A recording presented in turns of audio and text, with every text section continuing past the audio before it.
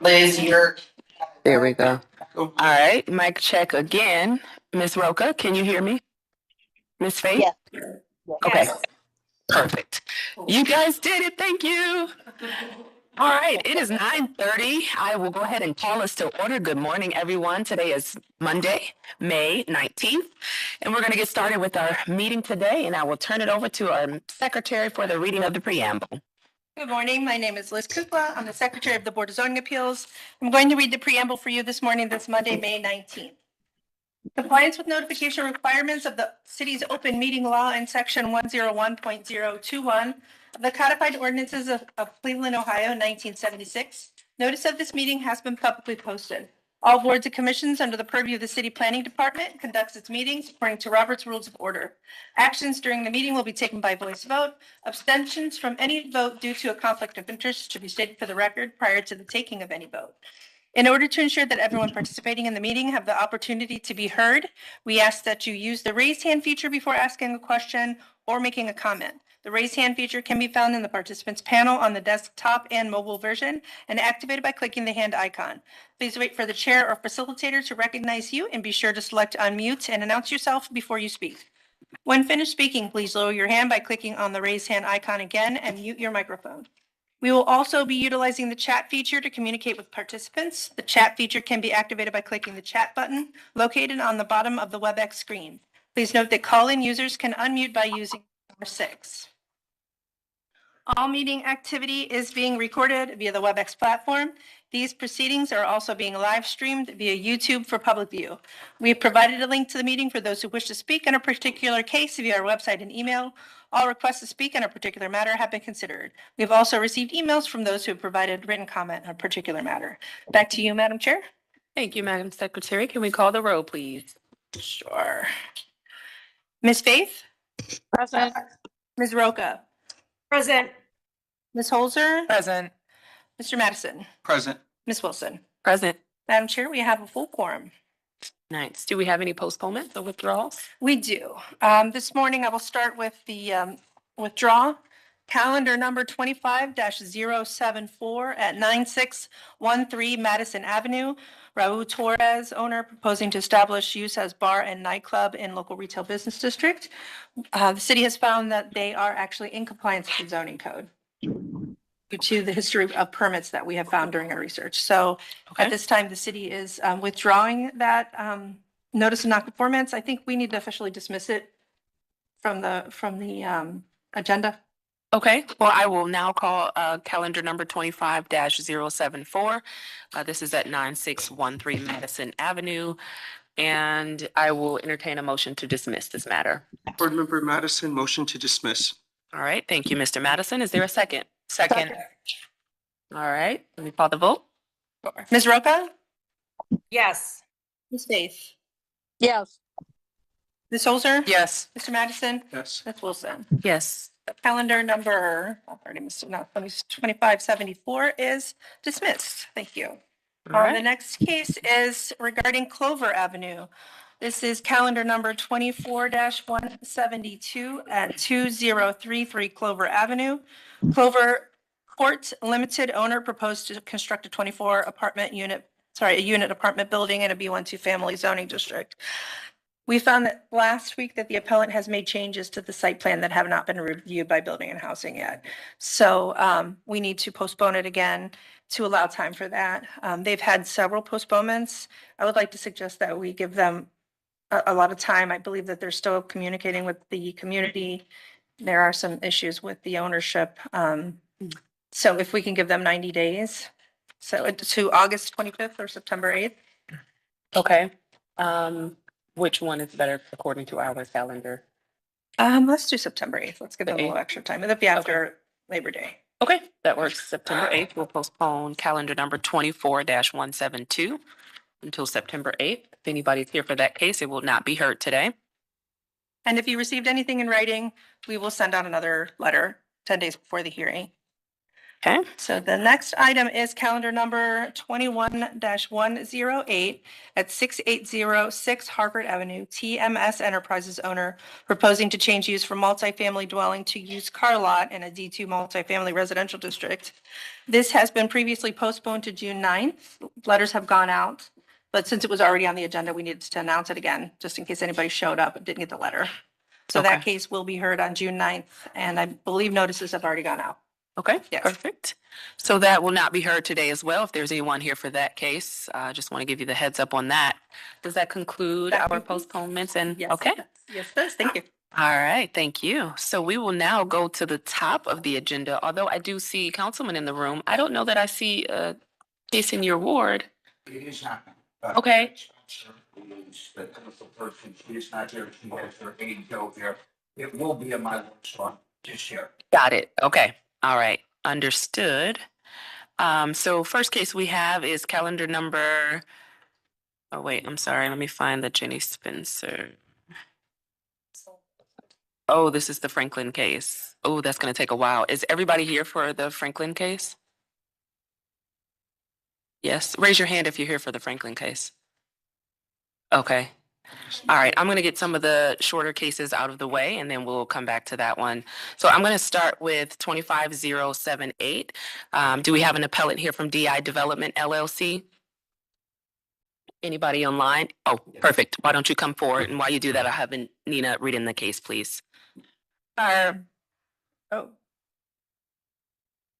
You step to the mic, please make sure You you turn okay? it on as well.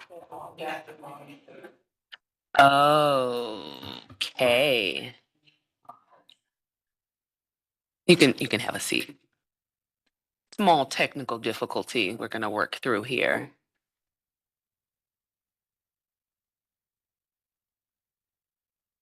So while they're doing that, you can turn your mic on there. I'll just press green. There you go. if I would read it into it.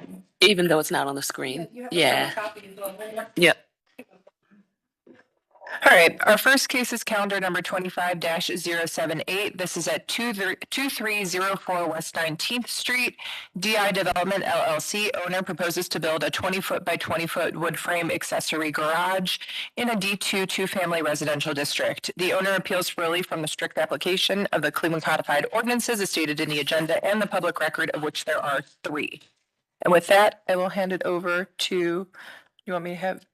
Okay, to you, Madam Chair, for the oath. Okay, thank you, Ms. Hoser. I'm going to go ahead and swear you in. Do you swear or affirm that the testimony you are about to give is the whole truth and nothing but the truth? You raise your right hand, reply with I do, state your name, spell your name, and give your address. I do. Michael Horton, Horton, 812 Huron Road East, Cleveland, Ohio, 44115. All right, thank you for that. Is there anyone else here to speak on behalf of, or to speak in this matter? All right, why don't you come forward and we'll swear you in as well? Have a seat. Yes, please. All right, tell us your name. My name is Same Daniel with the Kiefer. mic. Oh, yes. Great job. My name is Daniel Kiefer. All right, can you spell that for us? My spelling is Daniel. Kiefer is spelled Kiefer. All right, perfect. And give us your address. My address is 2298 West 19th Street. I am the property neighboring this request. Okay, and do you swear or affirm to tell the truth and nothing but the truth? I do. Okay, thank you so much. Anyone else here to speak in this matter? All right, anyone online wishing to speak in this matter? All right, hearing none, we'll go to history of the property, please. Thank you, Madam Chair. This property was originally zoned semi-industry in 1929. In 1949, it was changed to the current zoning. I think the most pertinent information is to explain that this case was heard in calendar number 23-227. The board granted a variance for a similar appeal, but they put some conditions on it. They requested that the appellant not erect the garage and install a parking pad instead, and put the air conditioning unit in the right location. I think I sent a copy of that in the packet.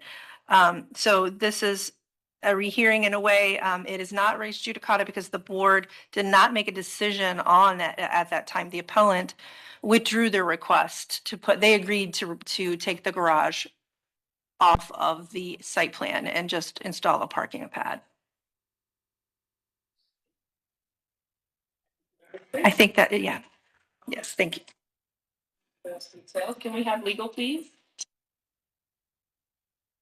Madam Chair, members of the board, appellant is requesting area variances from the minimum distance, maximum height, and permitted encroachment requirements of the zoning code. To obtain the area variances, appellant must prove that denying the request will create a practical difficulty not generally shared by other land or buildings in the same district, will deprive the appellant of substantial property rights, and that granting the variances will not be contrary to the purpose and intent of the zoning code. All right, thank you for that. I'll now turn to the project team. What a little bit about your project and sort of the decision to. Good morning, Madam Chair, members of the board. Michael Horton with Horton Harper Architects, here to represent DI Development. DI Development, the owners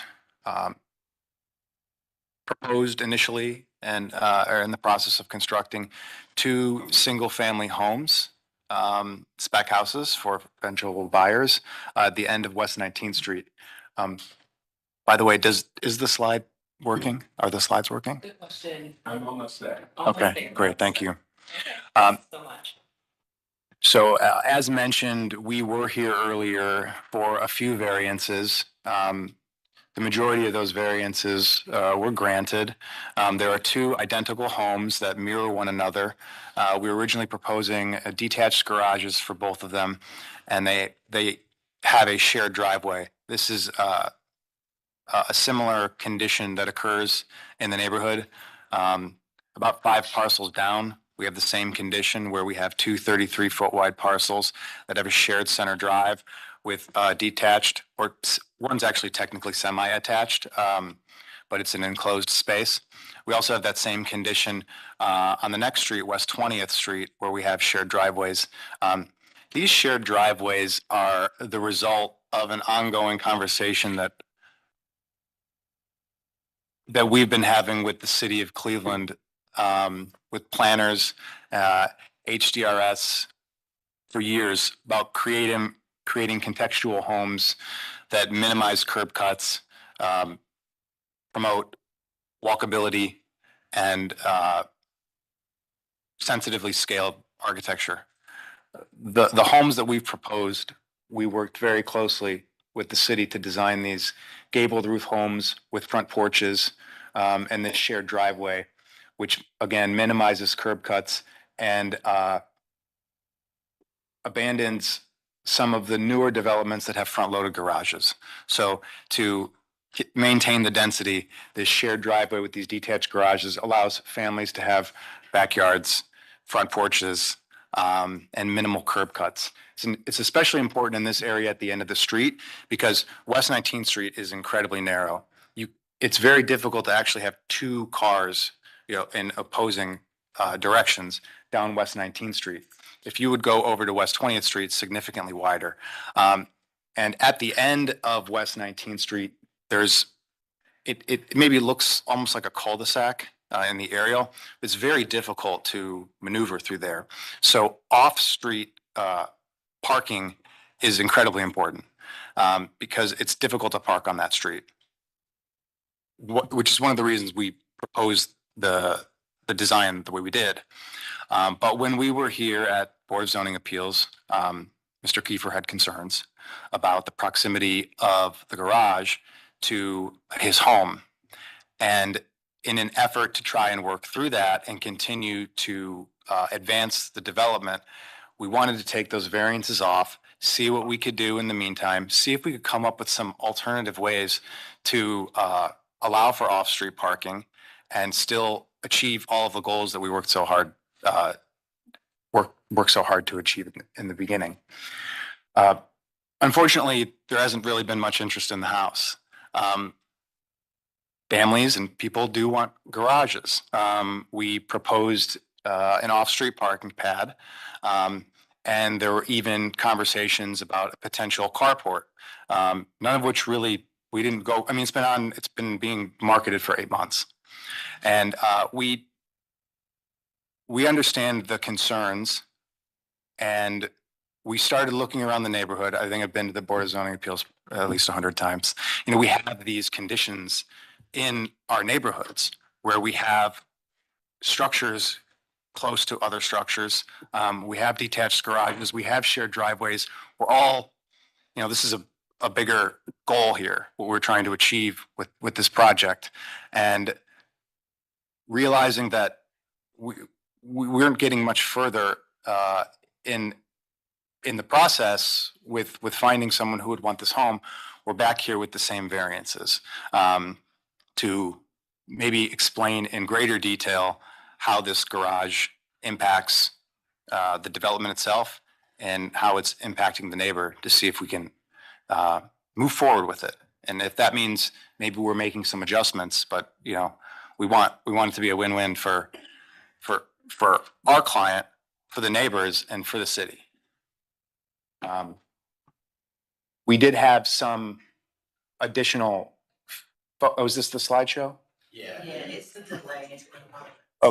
Okay, so we did have a slideshow presentation, but that's okay. I think this is pretty helpful. So we can see the two, if we go back to that slide, I think that's a pretty helpful one.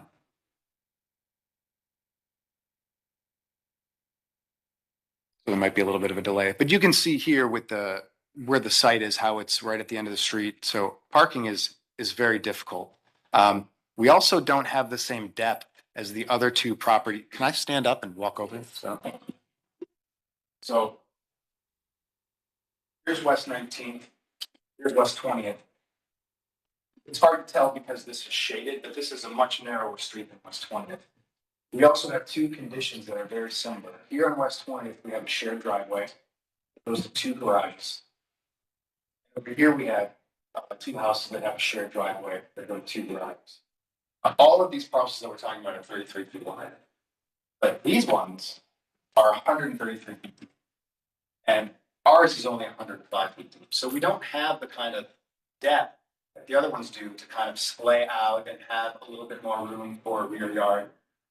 So we need these garage doors to face one another to allow cars to get in and out and still allow for some outdoor space. We're a little bit squeezed, but you know, we still feel like the shared driveway was that this. These two have a shared driveway, and then these two have.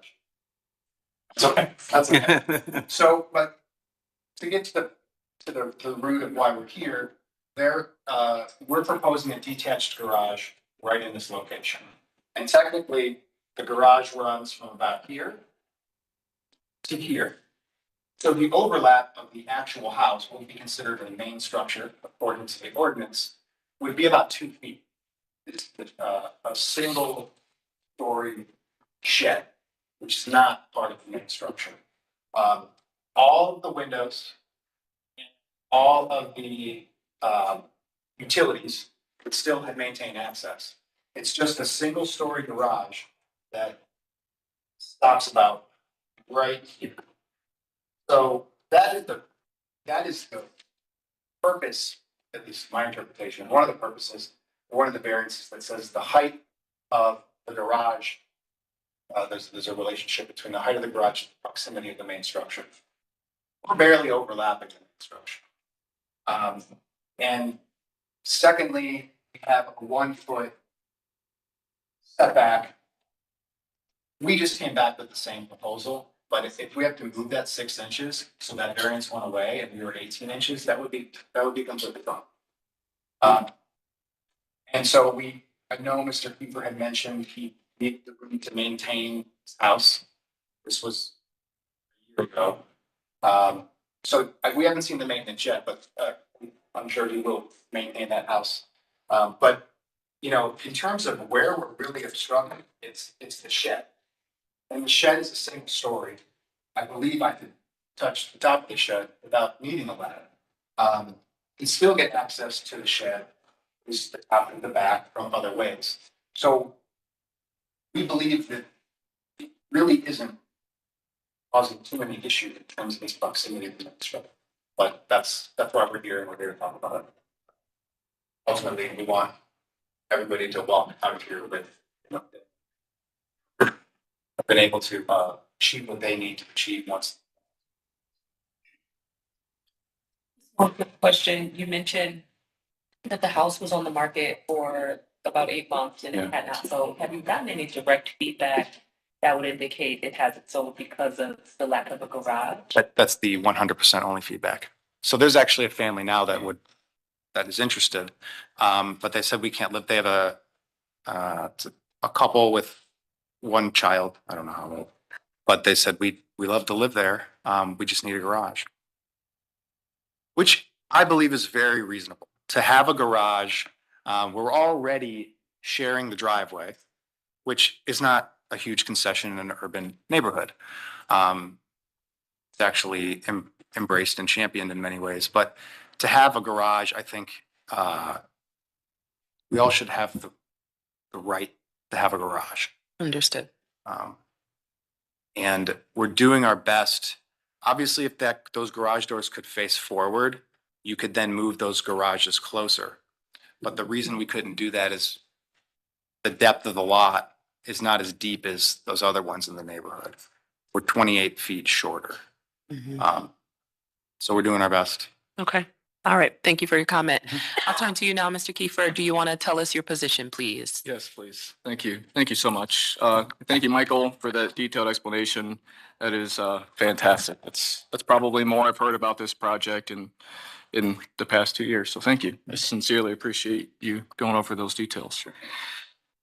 Dear honorable members of the board, as a homeowner and a historic residence directly adjacent to this site proposed for the new garage and air conditioning unit, I'm strongly opposed to this current request. And there's a few reasons I'd like to go over as to why.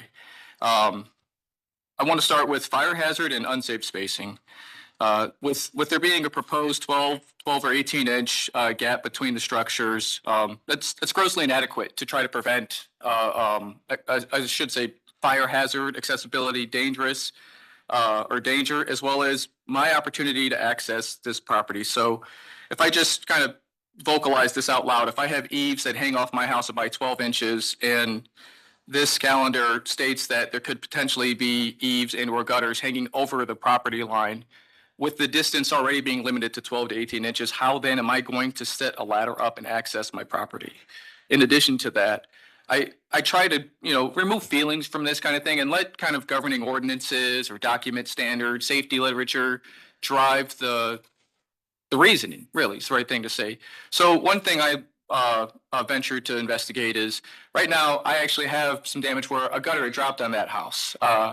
As Michael had mentioned, I have some maintenance I'm working on. I appreciate you bringing that up, Michael. And I have a quote for somebody to come out and replace these gutters for, I think it was $1,700. As they came out and provided the estimate, I gave them the information of there may be something here potentially in 6 months. I'm not entirely sure, but just forewarning you. The guy tells me if that's the case, he won't be able to do the job. He can't access it from that. If it's at all possible at that point, they'd have to rent a scissor lift and then get permission from the neighboring property to drive over there. So that way they can create a vertical, essential movement to access the property. So as I start kind of working down my little list here, I'm just going to kind of read through some things that I had outlined to keep myself from kind of archaically going through some grievances.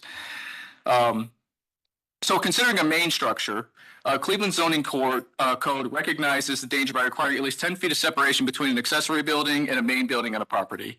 Now, I know that this rear house, I think I've heard the word being called as an accessory building, but it's not a shed. It's not a garage. It's a home. It has gas meters. It has electrical meters. There are people that live there. It's actually 2 units. It's an upstairs unit and a downstairs unit.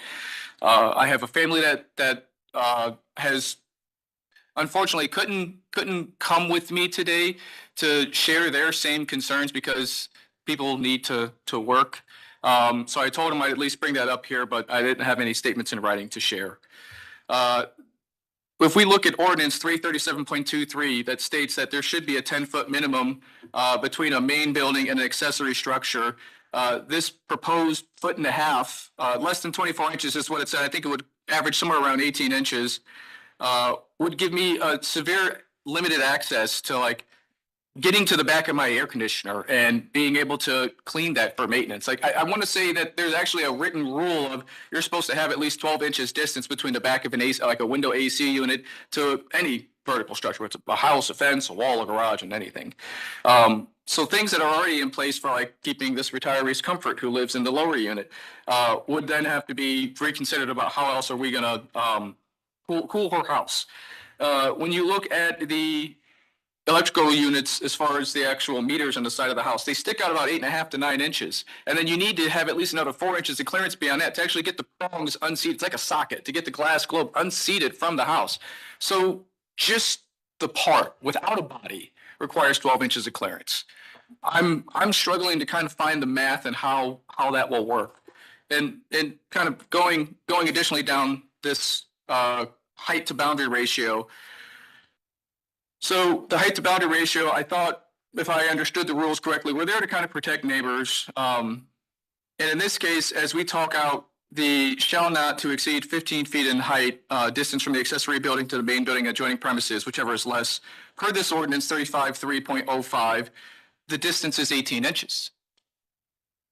If that's true, then the adjoining house of 18 inches would restrict their garage to be only 18 inches tall. Like it doesn't even make sense. If you look at the laws, how they're written, and try to make sense of how to make this work, it couldn't be at that distance. And I got to pause there for a moment and just make a comment that this isn't me trying to advocate for no garage. I actually would not mind at all if there's a garage over there, but not at 12 or 18 inches off the house. I couldn't even get a lawnmower between the two structures to even try to cut the grass. I've literally taken the measurements. Like I have photos I'll share with your team. But working through just kind of simple practicality of how am I going to be able to access my property in order to do simple basic things. Speak? Yes, ma'am. Mm-hmm. So stand for a moment. This is an example of a fence that's set at that appropriate ratio. There's a 4:1 ratio that's actually noted and dictated. I use OSHA as the governing standards there. That eave is just under 20 foot tall, which would require for me to try to access that when my ladder would be about a 4 to 5 foot setback in order for me to get that in there. So if I'm even looking at it from a practicality of how would I actually get up there and clean my gutters or in this case, I have to pay to have them rehung, replace a window, things of that nature. I can't get there. I would actually have to stop, call my neighbor and say, hey, can I come into your property to access my property? I believed that was not a reasonable request. I think it's the easiest kind of thing to say. And then I want to continue if it's appropriate. I got a couple other things I'd like to bring up and then some supporting photos of those as well. So the standard building safety practices underscore the need for separation. With virtually no gap between these buildings, firefighters, maintenance personnel could barely walk between these structures, let alone try to position emergency equipment to fit in there. There'd be no room to wield a fire hose, as I've shown here, placing a ladder. And I have additional photos I could share if it helps. I was trying to not burden you guys with too much info trash, you know what I'm getting at. But I have all this electronically documented. I can send you if you guys would like some further supporting information. So if I continue, moreover, the building and codes typically require fire-rated walls and minimum or no openings when structures are close to a lot line. And due to the high risk of fire spreading, an 18-inch setback would push the limits of this safety. I've talked out the OSHA safety ladder practices being at a 4:1 ratio in order to get an appropriate angle. That angle is approximately 75 degrees. Which is what that ladder is placed at in those images. And I think you can probably see in that image as well that the gutter that had come down that I'm speaking of right now. Without the ability to place this ladder, how will I clean my gutters? How will I get to my roof and do any potential siding? One thing I can say for the roofing, because I've done roofing on other properties I've owned in Cleveland, is you can say, well, you can climb up this side of your house and climb over the gable to get to that side of the roof. I would acknowledge that, but then I can't actually get under anything to actually access it. And if there's another building that has eaves hanging over in that same area, then my restriction becomes even more limited. Does that make sense? Am I telling a clear enough story? So if I continue down the overhang that I was talking about, I do have some concern about drainage and runoff icing, just because if you do have that overhang there, there could potentially be a concentration of water and or ice trenching between the two properties, essentially not having adequate drainage set appropriately. So that way things could either go into a French drain or drainage tile or work their way out to the street. I currently have some snow shedding, so this is one thing that I didn't forecast, but it's educating me now that we're talking about this stuff. When the house was proposed to be built next door, I have no issues. I had no issues with it at the time. I still have no issues with it. But one thing I've learned since then is based on the steep rake angle of the roof in this past winter, I now have 2.5-foot snow drifts I've never had before. I have issues now just trying to clean certain parts of my driveway because of the ice that's accumulating in one side. I have one side of my driveway, things are melting just fine. The other half of my driveway, it's accumulating with ice. So I'm not here to complain about that. That's kind of like, well, you live and you learn, you move on. But I see the same thing and I started asking, is that a potential to happen now in the rear of the parcel with that same extent or that same potential condition? I don't know, but I just want to bring it out to address the concern because it's something that I've been educated, I've learned myself. And then I wanted to discuss the lack of feasible compromise. I think I mentioned before. 30 seconds. I'm sorry. 30 more seconds. I'm sorry. I wanted to say I'm not opposed to the concept of a garage. My opposition is just the specific placement of how close it is to our property. If we could just move it a few more feet, over 40 inches, could potentially save my 155-year-old house and the rest of our lives of pain. I'd like to say I'm going to continue living here, continue working on this, and pass it on to my kids. Our family, our generation has lived here for over 30 plus years, and I'd still like to continue doing the same thing with the same privacies, if that makes sense. These are real impacts for real neighbors and neighborhoods, not just a tit for tat on a small violation. It's more so of a safety and convenience, accessibility type focus. Okay. All right. Thank you. Oh, I'm sorry. I have one more thing if it's appropriate. Hold on one second. I'll just need a copy of the photo if it's better. Yes. Can you pass the photos to our secretary, please? Yes, I can. Okay, Mr. Horton, I will give you an opportunity to respond to what we've just heard. Yeah, sure. Absolutely. And specifically, if you can address whether there's any other location for the garage. Yeah, I'll address as many of these issues as I can as quickly as possible. I understand we all have there's other cases. Fire hazard. If it improves the feeling of safety, we can put a 1-hour fire rating on those walls. Okay. And that's something that we're very familiar with. Any main structure that's 3 feet or less from the property line, we fire rate anyway because that's a code requirement. So we would put 1-hour fire rating on that wall that faces the property line. So I would hope that is one step closer to making them feel safer, given the proximity of the buildings. As far as the eaves and gutters, I just want to give you, because we don't have the drawings up for some technical difficulties, I drew this. Oh, well, look at that. So let's pretend we're looking at the image at the bottom left. So if the garage were there, this is what it would look like. So does that make sense? So That's here's your the house. garage. That's the proposed garage. Okay. Here is a little bit of the shed you can see in the background. The overlap between the house and the garage is only 2 feet. So this gutter is, you could put a ladder right here and still get to that gutter if you needed to, if that was necessary. So the overlap here is 2 feet only. Let me make sure I understand the orientation of the photo that you are drawing here. So this is us looking at Mr. Kiefer's house. That's correct. Okay, perfect. So Understand. yeah, and so the garage is in the foreground. Okay. And then the yeah, house is in the isn't- background. Okay, understood. So it's not as if this garage is here. Sure. It's here. Yes. So when we talk about access to the meter, if we go back to the photo, the meter's over here. We can get to the meter.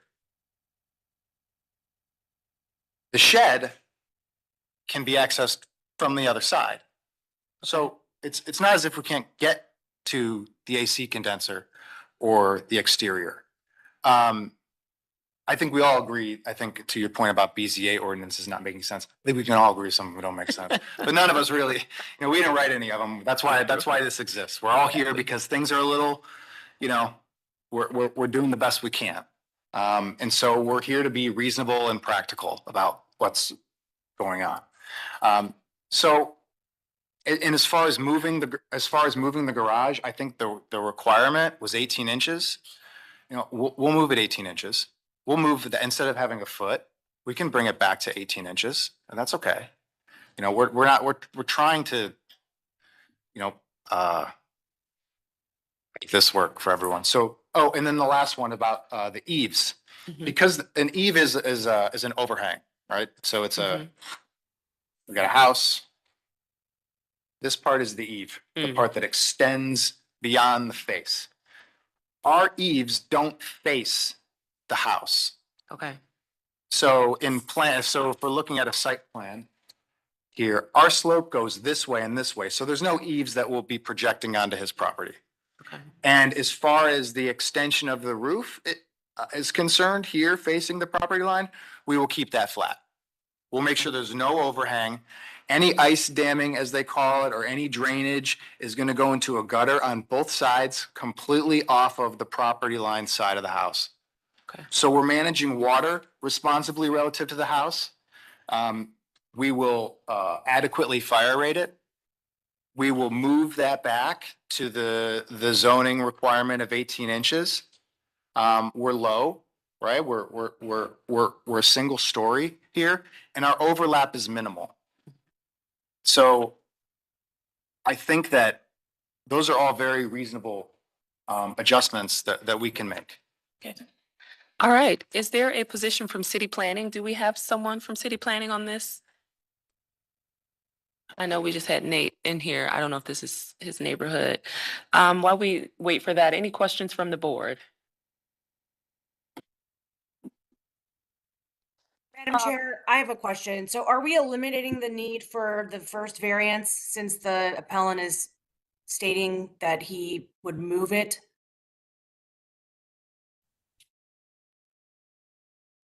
So we have a proposal of 12 and 18 is required. Is it your position that you're going to move it to 18? Yes. Okay. It seems to me that it is going to eliminate the need, but I will definitely defer to Chief Leonard to confirm.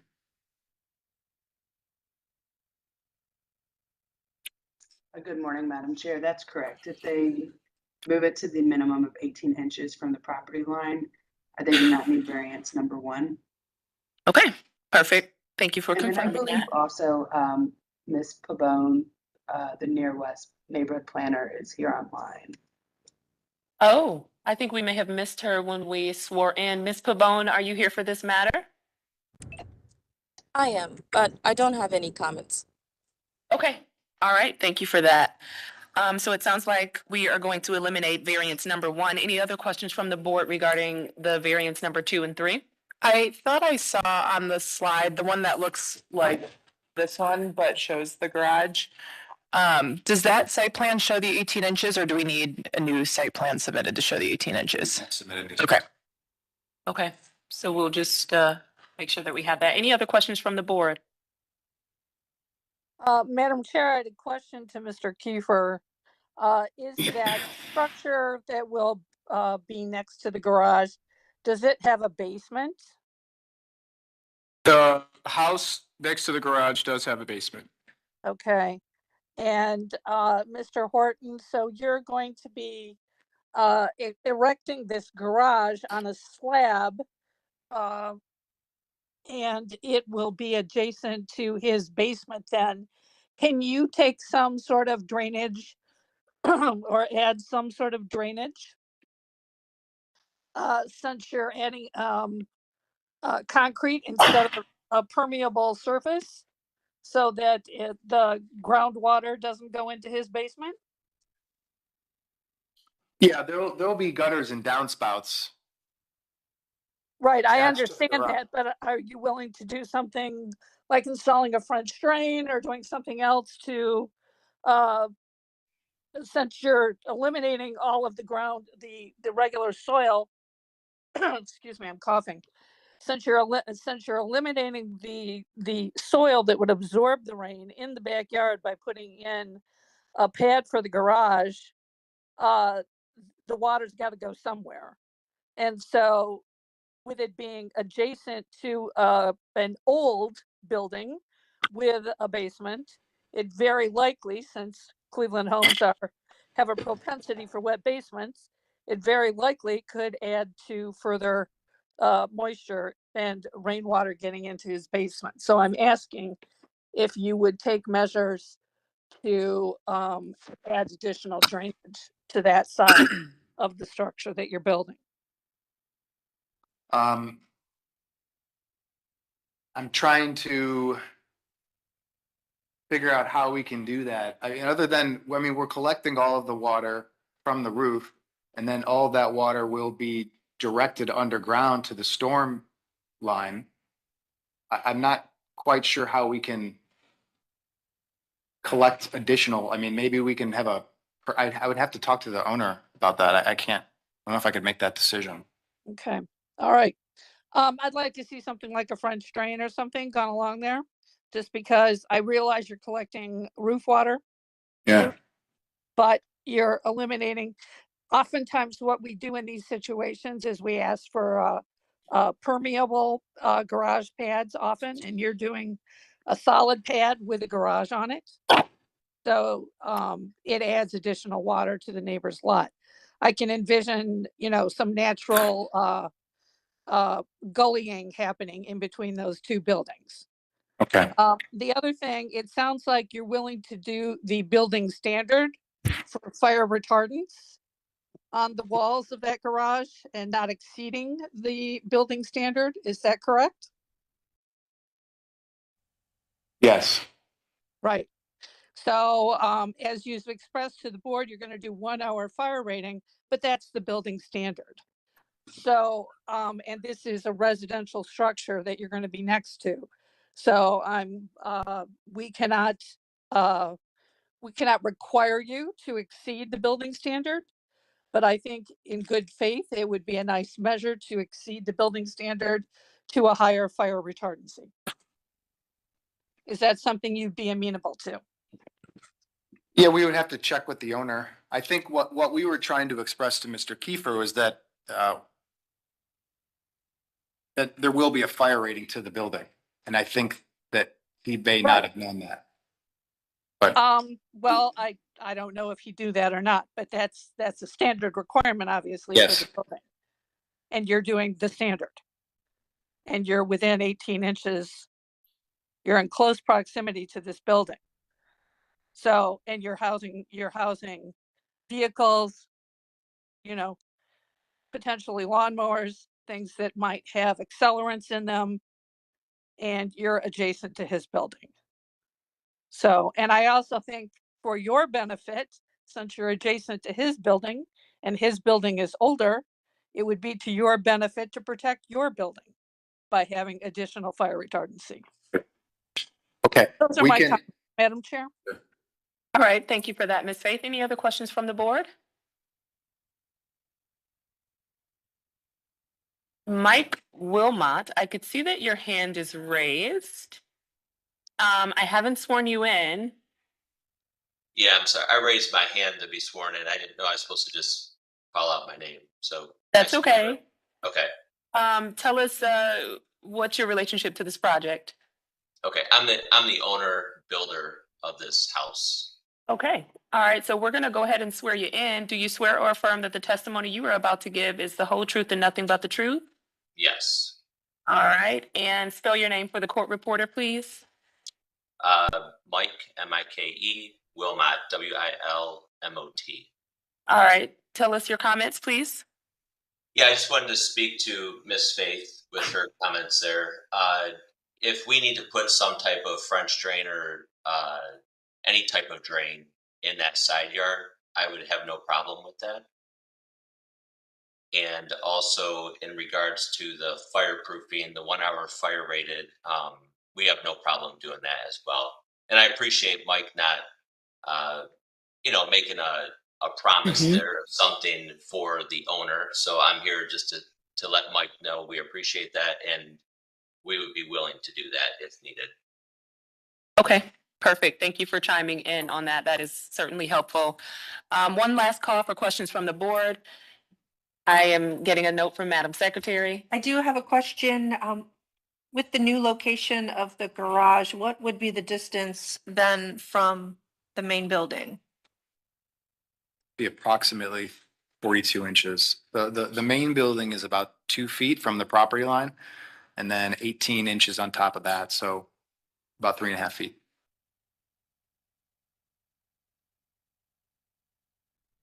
Thank you. Okay. And we'll, of course, get the revised final before we ratify it. Okay. All right. Other questions from the board? All right. I will entertain a motion. Madam Chair, with pertaining to calendar number 25-078, with the testimony from the owner, Mr. Wilmot, offering to add additional drainage between the buildings and to upgrade the fire retardancy above what is required by building code to add an additional beyond 1 hour fire retardancy. With those stipulations, I move that we approve calendar number 25-078. And just one small amendment that there will be an updated site plan submitted to reflect those changes. Correct. Perfect. All right. We have a motion with conditions. Is there a second? Madam Chair, second, just a question on if we would like to add the agreement with the drainage as well as a condition. I know that was discussed about I did hear. looking at. Ms.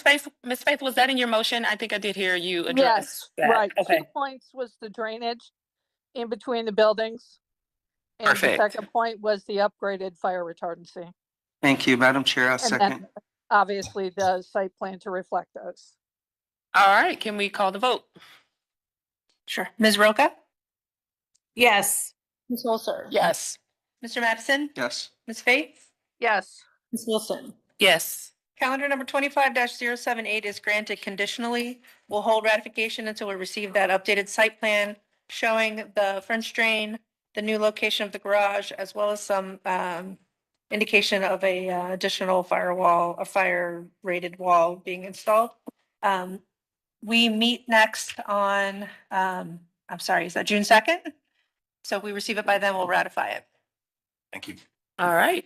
Thank you very much for being here today, gentlemen. We're going to call the next case. This one is at 3228 East 55th Street. Do we have an appellant present for Ruth Lowe? Either online or in person? Ruth Lowe, are you here? Yes, yes, I'm here. Yes. Oh, I'm here. perfect. Okay, we're going to go ahead and read that case in. I'll turn it to you, Ms. Holzer. Our next case is calendar number 25-077. This is at 3228 East 55th Street. Ruth Lowe, owner, proposes to change use of a 2-family residence to a 3-family residence in a C2 general retail business district. The owner appeals for relief from the strict application of the Cleveland Codified Ordinances as stated in the agenda and the public record, of which there is one. And with that, I will hand it over to you, Madam Chair, for the oath. All right, I will swear in all who are present for this matter. I'll start with you, Ms. Ruth. Do you swear or affirm that the testimony you are about to give is the whole truth and nothing but the truth? If so, reply with your name, spell your name, state your name, and give your address. Yes, Ruth Lowe, RUTHLOWE, and I am at residence 4497 MLK, Garfield Heights, Ohio, 44105. And Thank you yes, for- I am telling the truth. Thank you. Is there anyone else in the room or online who would wish to speak in this matter? All right, hearing none, we will go to history I of the would like property. Sorry. To give a planner's perspective, this is Kenya Gray. Oh, thank you, Mr. Gray. Can you go ahead and swear in? Yep, Kenya Gray, 601 Lakeside Avenue. And do you swear? Yes. All right, thank you so much, Mr. Gray. Anybody else? All right, we'll go to history of the property. Thank you, Madam Chair. There's been no change in the zoning since 1929. In our Records Administration Office, we found that in 1911, a 2-story dwelling was erected on the property. That in 1980, a permit was issued for general repairs to a 2-family dwelling. And then we see in the more recent history, in 2023, a certificate of disclosure was issued stating that the authorized use of the property is as a 2-family. And there are no variances on file. Thank you, Madam Chair. All right, thank you. Legal, please. Madam Chair, members of the board, appellant is requesting an area variance from the maximum gross floor area requirements of the zoning code. To obtain the area variance, appellant must prove that denying the request will create a practical difficulty not generally shared by other land or buildings in the same district, will deprive the appellant of substantial property rights, and that granting the variance will not be contrary to the purpose and intent of the zoning code. Okay, and just to clarify, I'm seeing that there's a request to change the use from 2-family to 3-family. Is there also a use standard applied here, Ms. Cornelli? Is that use, I didn't indicate that it wasn't allowed. So I did not include that. Is it not allowed in that?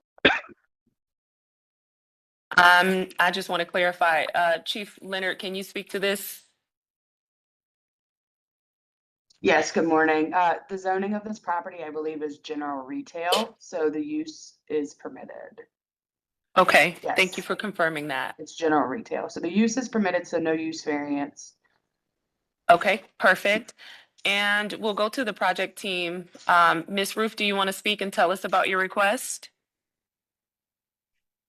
Yeah, the reason why I wanted to turn it into from a 2-family to a 3-family is because when I went up on the 3rd floor after I purchased it, I noticed that it's like a efficiency.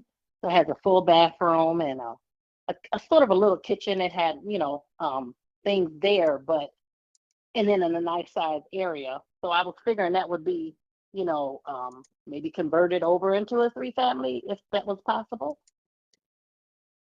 Okay, does that conclude your comments?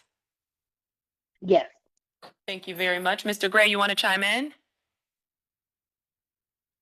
Yeah, I was gonna say that planning is in support. I think it maximizes the use of the residents, and I think it would be nice to have an extra resident sitting along that corridor.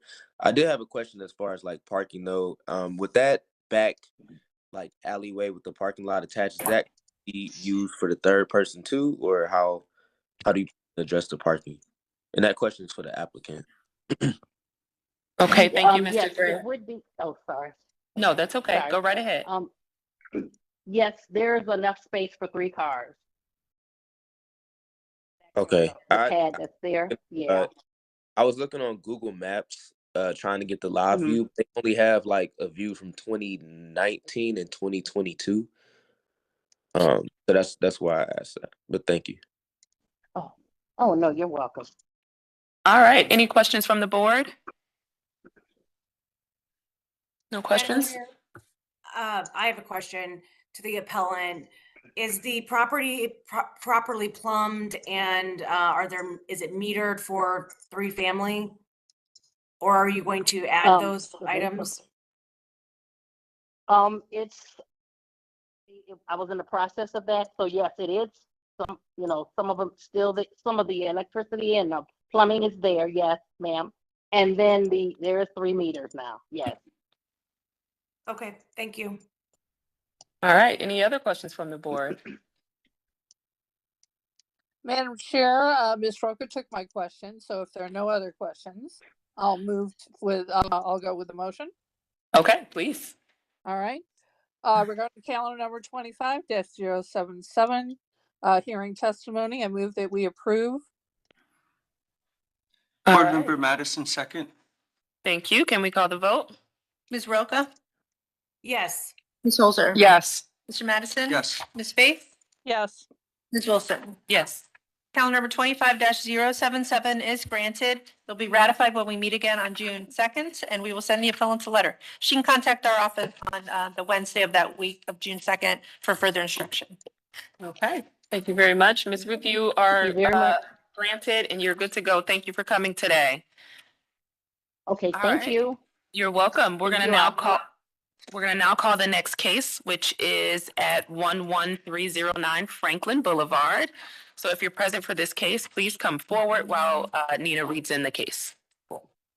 I'm going to read both calendar number 24-088 and 25-077 since they have different code sections for both. Okay, perfect. All right, so our next 2 cases include calendar number 24-088. This is at 11213 Franklin Boulevard, parenthetically 11311 Franklin Boulevard.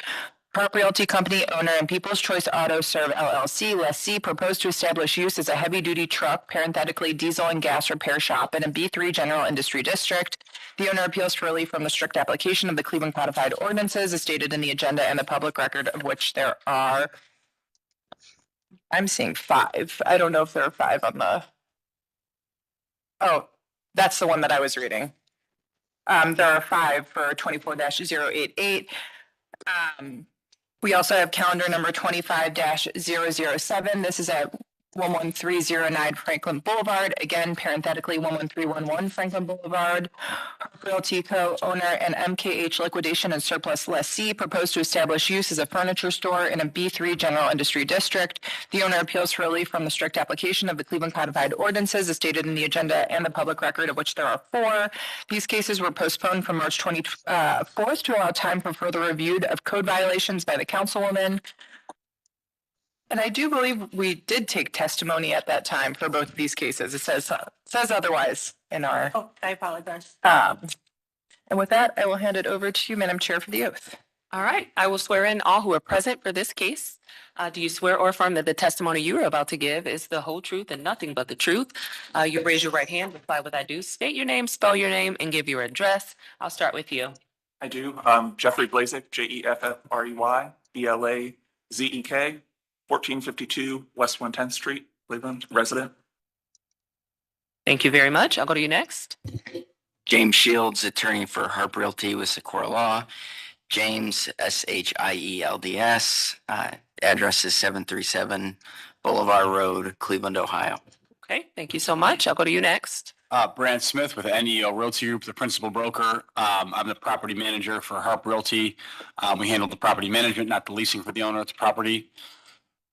And do you swear?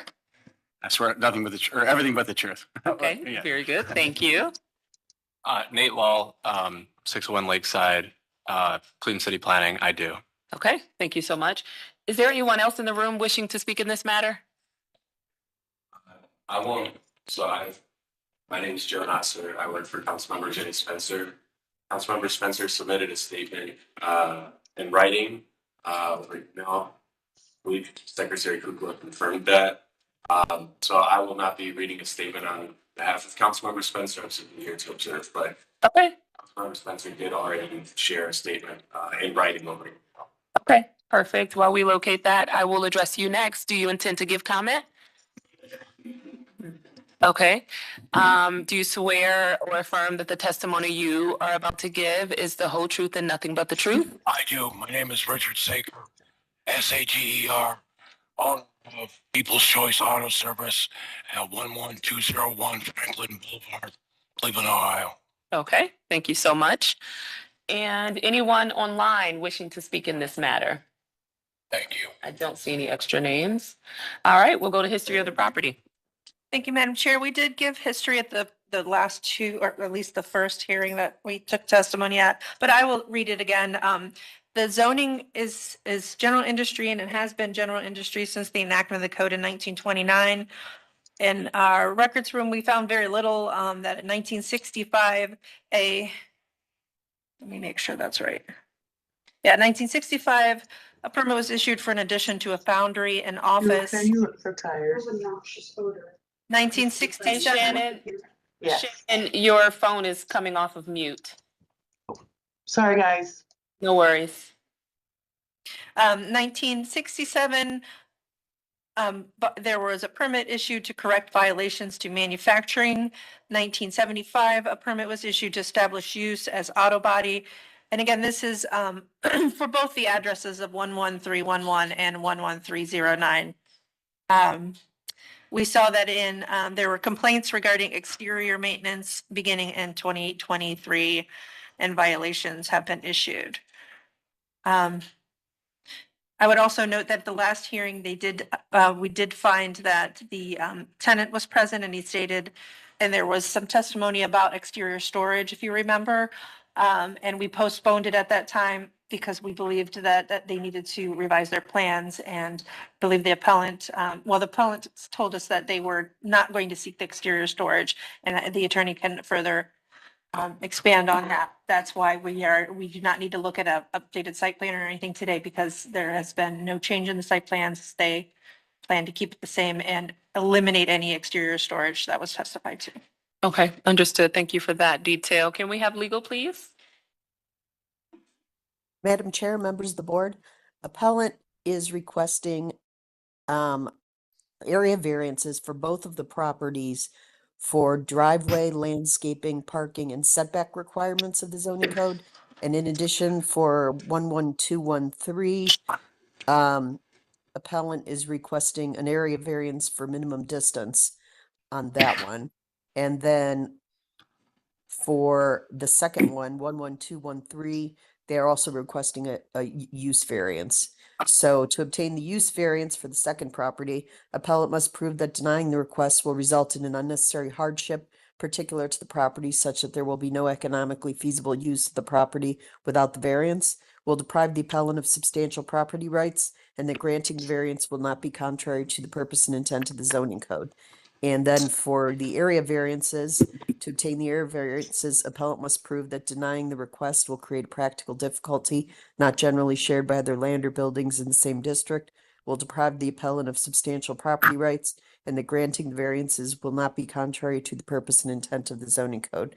And then there's a note that under section 357-14B, the board may permit a reduced setback requirement under certain circumstances. All right, thank you for that. We'll go to the project team. Who would like to speak first? I'll speak first. This is Brandon Smith with NEO Realty Group. I'll just give a kind of a broad overview, try to regroup, where we are, and then Jamie, the attorney, will answer some specific questions. So we had initially been contacted by city building department. We met with the inspector. Subsequently, we understood the violations. We're handling those violations through the court process on zoning. And we submitted the site plan using an architect with a couple of revisions to the site plan after the architect had visited the site, been out there, looked at how the building was used, what types of trucks would need to come in and out regardless of the tenant use, length of parking spaces and drive lanes, et cetera. So we submitted that site plan. I believe that at the end of the meeting, it was just postponed because one of the tenants were requesting a CO for indicated that they couldn't put things they were storing outdoor inside because it would be too rainy inside. I think they said there was roof issues, and so I think the meeting got postponed over that. So just to address that, that lease does not permit outdoor storage. The owner declined to permit outdoor storage. When we first learned of the concerns that about the outdoor storage, we did publish updated building rules and regulations. We have supplied that to BZA and City Council. We have already sent a first notice of noncompliance, a legal letter from the attorney for outdoor storage. We also, heard at the last BZA meeting that some of these things should get started because there was a lack of trust with the community. So we have begun some of the parking lot work, some of the stone work. I do know that there are, things in here, questions of inches over the rock bed. I understand that if we need to go back later and add inches or add signage, one of the variances is how parking spaces can be used. So if we have to go back and add signage regarding, how long cars can be parked in parking spaces, or publish additional rules and regulations, we can. And also just that we had already evicted one tenant. So what we have done is resubmitted the same site plan. We have established new rules and regulations for the building. We've begun enforcement on those. We have started to clean up the property, and we've taken action to remove one tenant. And then when we did document some of the items being stored outdoors, they were items that could go inside. They were shingles and a couple lawnmowers. So that's where we are on the project. So some of the work has begun. There's still, a fair amount of the work to be done, including to the tree lawn and trees. And we do have a tree maintenance plan in place as well to make sure those trees are taken care of. Some of the items, I believe, cannot be remedied. I believe that the site and location of the building, that's been there for 100 years exists, and so it can't be moved.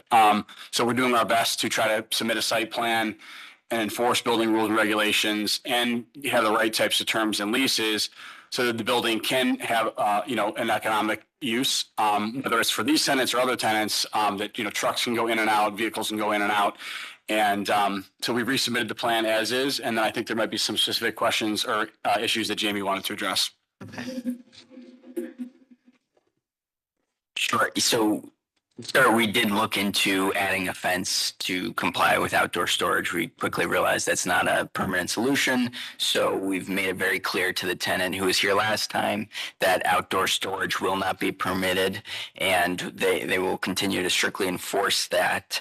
So one of the occupancy permits we are requesting today is for that furniture use, but we did not change it to outdoor storage. So it is just the standard furniture store. So really the variances we are seeking is to get that furniture store to get a valid occupancy permit. We need. Question. Yep. I thought the problem was this was written up as a furniture store, but it's really a warehouse. I So thought that was the issue. there was discussions of that. So I've followed up with Secretary Kukla and I believe we had someone else on the phone line from the city who discussed that the way the business is operated, which is largely furniture, it's a warehouse furniture that they sell online, but they also do in-store sales in addition to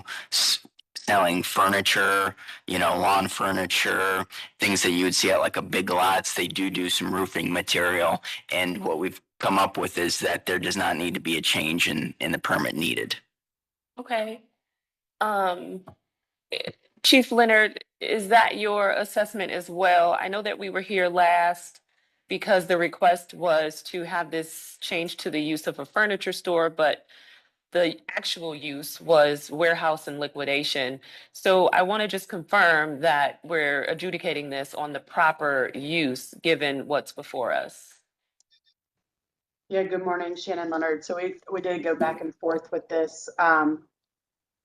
So the zoning of this property is general industry, and it was brought to our attention, like you said, at the last hearing that it wasn't like a furniture store. When you think about furniture, like tables, lamps, that kind of thing, it was like a liquidation, and they were storing all sorts of things like building materials and those items, vinyl siding, I believe, some plumbing items.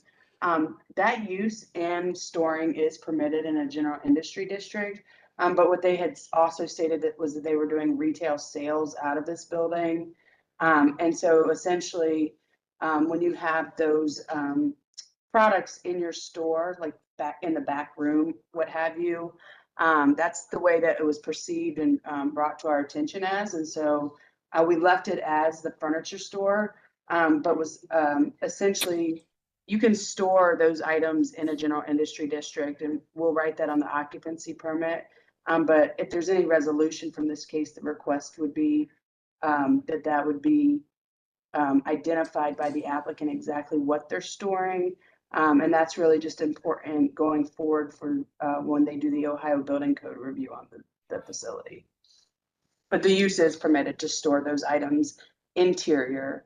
Exterior, they would need to update their site plan. Okay, perfect. Thank you so much for confirming that. Okay, I interrupted you. Please continue. No problem. So the variance being requested is just about a foot and a half of landscaping variance in that front pad. And the reason, as Brant elaborated upon, is that the architect deemed that that is the most beneficial use of that front driveway. So we're asking for a variance so that it can be installed as it is being installed currently, or at least proposed to be installed.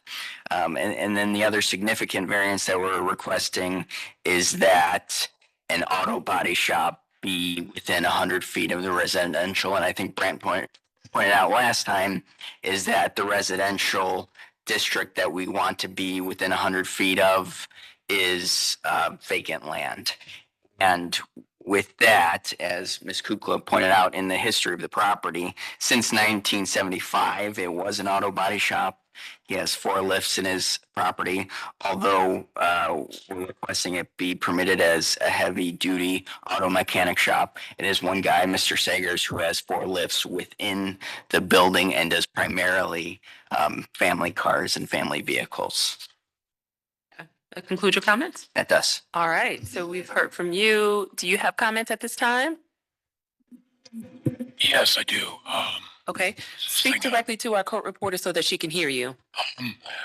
At the last meeting, somebody said something about a chop shop being there and paint fumes. I don't paint. The 30-year-old paint booth is no good. You can't use it. I want to take it out, actually. I'm not a chop shop. Everything's legit. I got 30 of my own cars in there. I have 30 titles for each one of them. The cars that were being flipped over and chopped up on the parking lot was not me. That was Scoop Towing. I do have a couple cars out there. I'm one guy after a heart attack in 21 and 8 months without working. I had to get a helper that comes in part-time. So it's just two of us kind of that are, so every once in a while, yeah, there's going to be a couple cars that I can't, but they're all moved. They're not junk. And any dismantling is done inside. I don't do anything outside. Okay. Thank you. Thank you All very right. much. Okay, thank you. All right, I will turn to you next. I think I State your name for the record. Jeffrey Blazek, Jeffrey BLAZEK, 1452 West 110th. I'm a neighbor and resident. I think I read this before, but I'd just like to refresh you guys. Dear board members, I'm writing to express my strong opposition to the zoning variances requested for this parcel, specifically the use of a heavy-duty truck, diesel, and gas repair shop in a B3 general industry district and associated variances for driveways and landscape screening. This property has been the subject of numerous nuisance complaints over the years by its longtime owner of 50 years, the most recent of which has been a legal auto towing and chop shop in the very same space now proposed for heavy-duty truck repair. Over the years, neighbors, including myself, have witnessed the following, which has had a detrimental effect on our surrounding neighborhood. And then I have some existing photos I can send to you. These were also included in the packets. Numerous junked and inoperable vehicles left in the open, unscreened parking lot along Franklin for weeks at a time. Junked and inoperable vehicles left unsecured along the neighboring West 112th Street. Large tow trucks and scrap vehicles parked in the tree lawn and illegally on neighboring parcels. Large tow trucks blocking roadways and scrap metal and parts left in the roadway. Service work being performed in the open lot and on neighboring West 112th Street, and storage materials left in the open, unscreened parking lot. This property sits along Franklin Boulevard, which serves as both a gateway to the city of Cleveland and is a highly trafficked and walked-through street for the neighborhood. It also directly faces several residential housing streets and is part of the Far West Design Review District. As such, all required landscape buffers and parking setbacks should have been implemented as tenants changed over, and brought into effect. But this has never happened, with ownership leasing to whomever they choose without obtaining any permits, which I think was mentioned last time.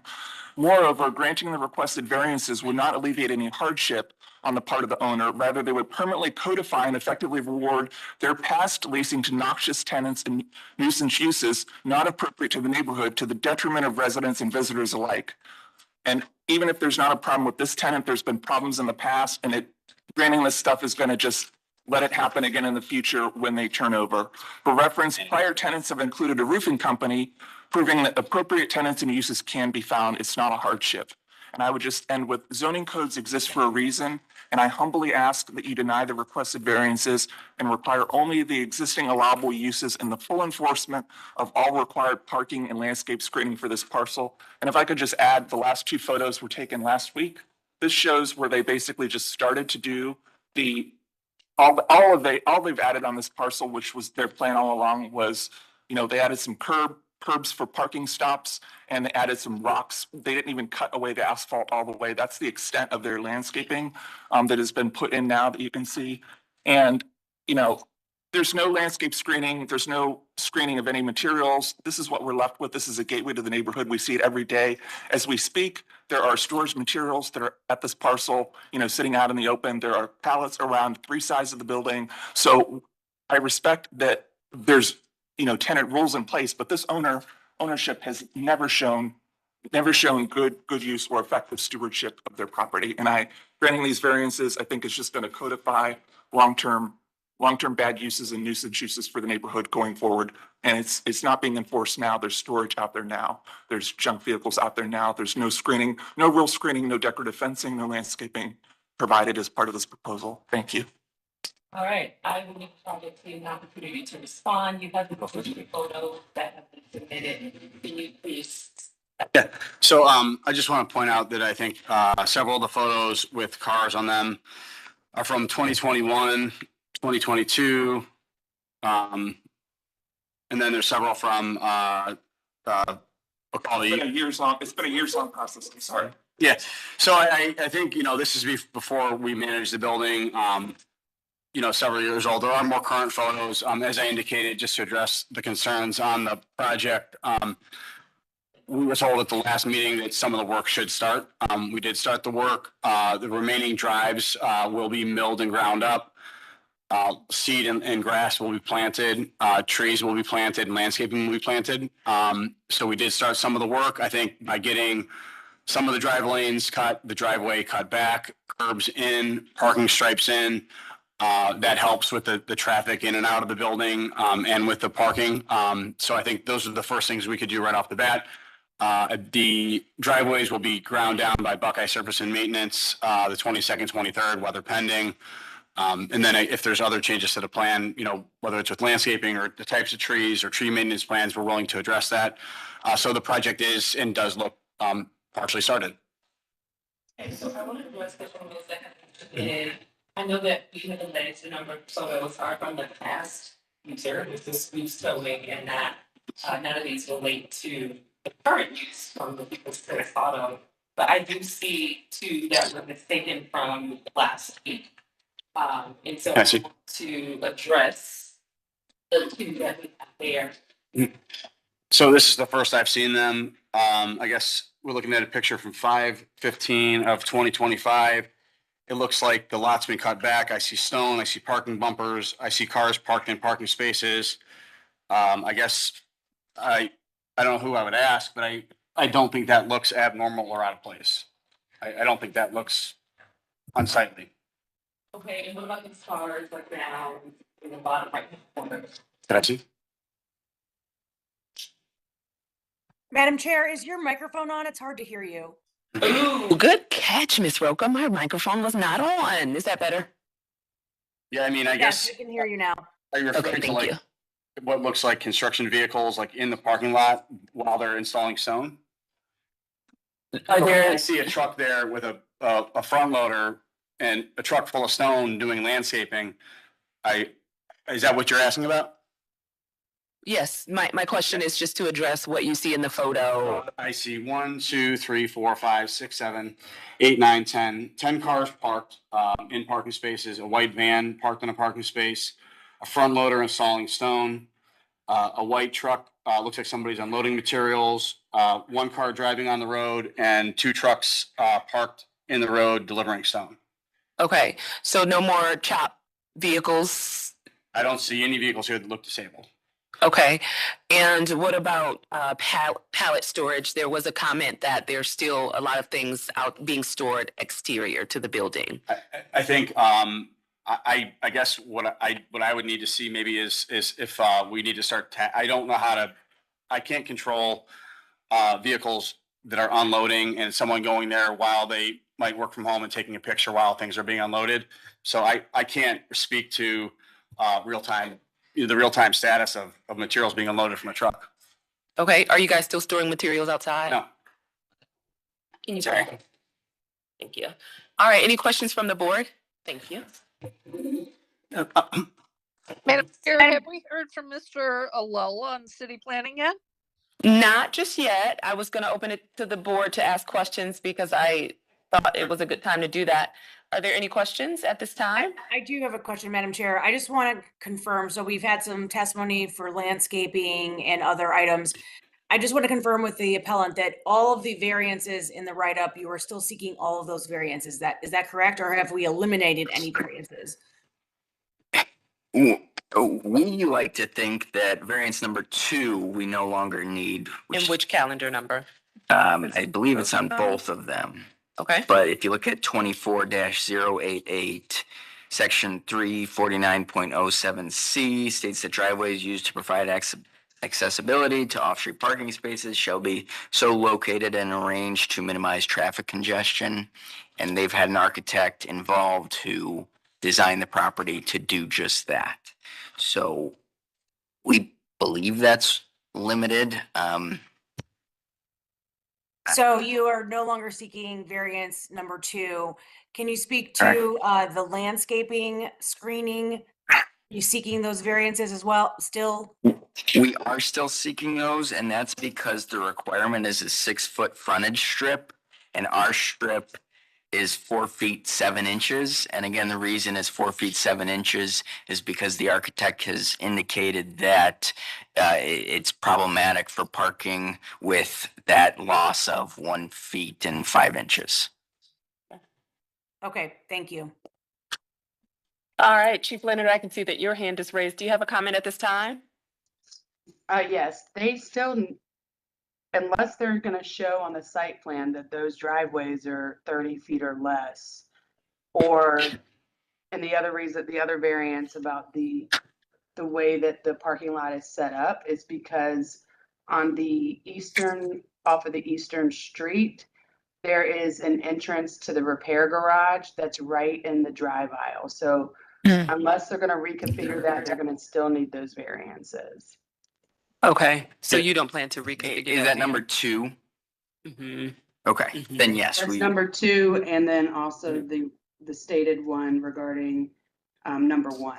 Yeah, the only one we thought we might not need would be number 2. The other ones we're still requesting. But Okay. I guess Number 2 is we're needed requesting because all. Number 2 is needed because on the eastern side, that drive aisle width for the driveway is substantially larger than 30 feet. So unless they indicate otherwise, they still need that variance.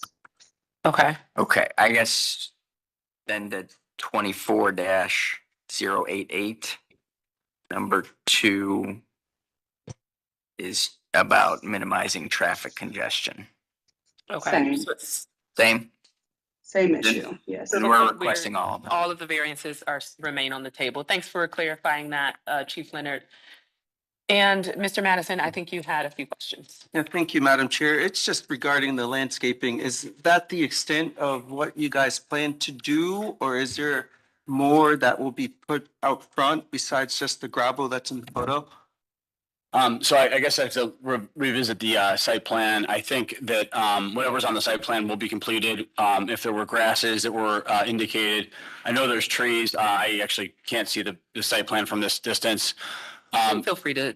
Yeah, I think whatever was on the landscaping plan will be done. If there's like the last hearing, if there's specific requests that's going to make somebody feel like it's more green, and that means that there's grasses, or we put out flower boxes. We do that at a lot of properties. We participate in different CDC programs where we do flower boxes with the CDCs, or we water them ourselves. So, and whether it's seasonal or permanent, we can. I'm happy to do that. Okay. All right, Chief Leonard, I can see that your hand is raised. Is that an old hand or do you have a new comment? That's an old hand, Old sorry. hand. Go ahead. All right, very good. All right, Mr. Lowe, I will turn to you for comment at this time. Good morning, board members. Nate Law, City Planning.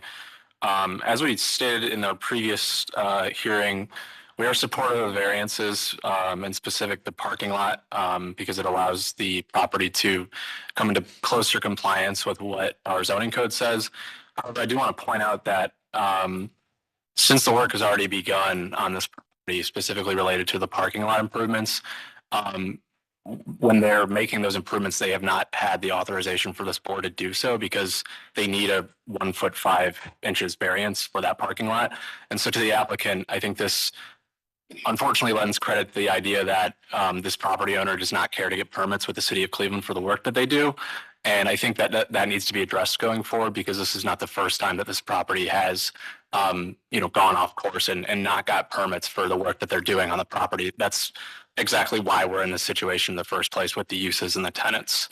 So I think we'd like that addressed at this hearing to understand why the work was performed before this board authorized that to happen without a permit, without following city processes and approvals. Please respond. Yeah, I can respond. So my understanding was at the last meeting is we were requested to start this work. I believe that was a specific request that came from City Council.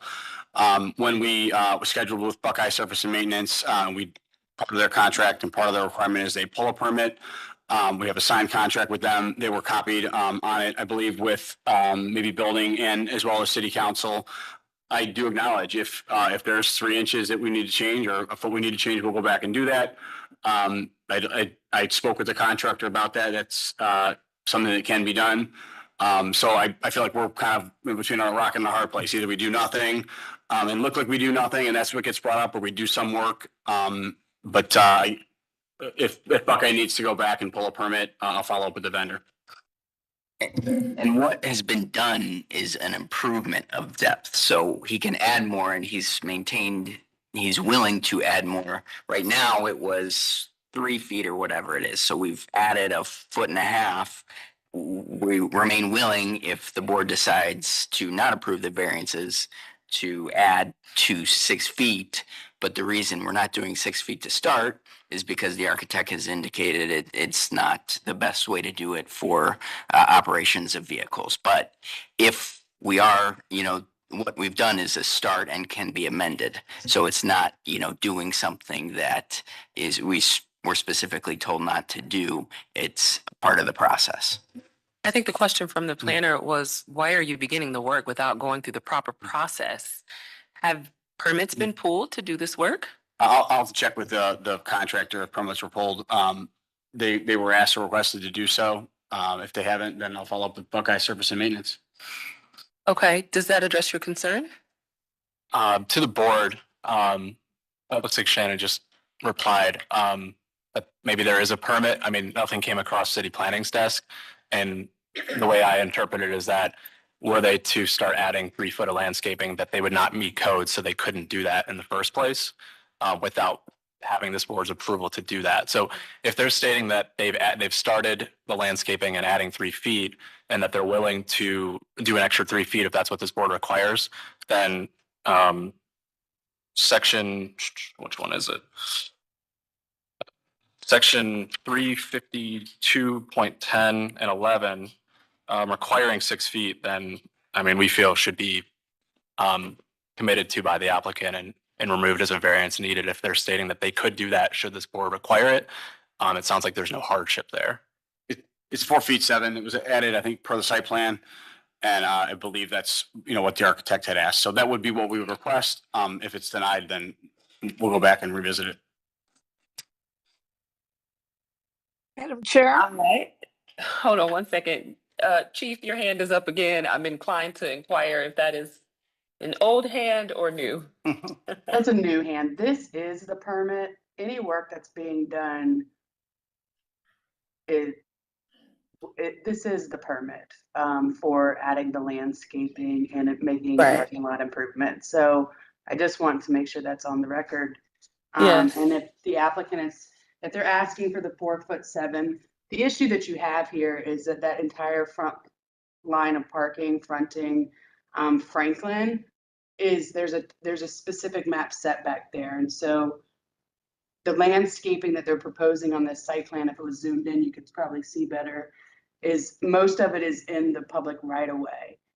But that doesn't absolve them of the landscaping that needs to be done on the actual property. And so that's why they need the variance. And so if they're still proposing the 4'7" along West 114th and West 112th, and then as well as the 4'7", they still need the variance across the board on both of these applications. Okay, thank you for clarifying that, Chief Leonard. Ms. Faith? I want to thank Ms. Leonard and Mr. Null for their comments. Mr. Lull. I am familiar with this parcel as it is a route that I have often taken walking the dog. And I have concerns that we have a school that is just across the street from this particular parcel, sort of kitty corner from the building. And as Ms. Leonard noted, this is and Mr. Lull has noted, this is a high pedestrian area. It is adjacent to residential. It's adjacent to a hub for RTA. and it's adjacent to some multi-housing in the area as well. I am not inclined to give them a variance for any landscaping, even though the appellant spoke without being recognized to rebut Mr. Lull's comment. Because even if the architect designed it that way, he is not being compliant with the code. So you comply with the code and then you adjust your parking. And I also am not inclined to approve a repair shop on this particular parcel for all the reasons I've stated. It's next to a school, it's a high pedestrian area. As Ms. Leonard noted, the driveway into the repair shop is right at the curve of the street, so it has the potentiality of increasing traffic and accidents. And not to mention any noxious fumes from cars running, et cetera, et cetera. This building is in sort of a triangle within a mile, 2 miles of the Restore for Habitat for Humanity, which is just about a quarter mile as the crow flies from this building, and the West 117th Home Depot. So it does draw a lot of traffic from contractors who would shop all three of those facilities. So I don't necessarily have a problem with the liquidation aspect and the store aspect of this, as it's in keeping with similar retailers in the area. But I am absolutely opposed to any variance with regard to landscaping and not keep in mind the safety of the children in the area and the residents in the area.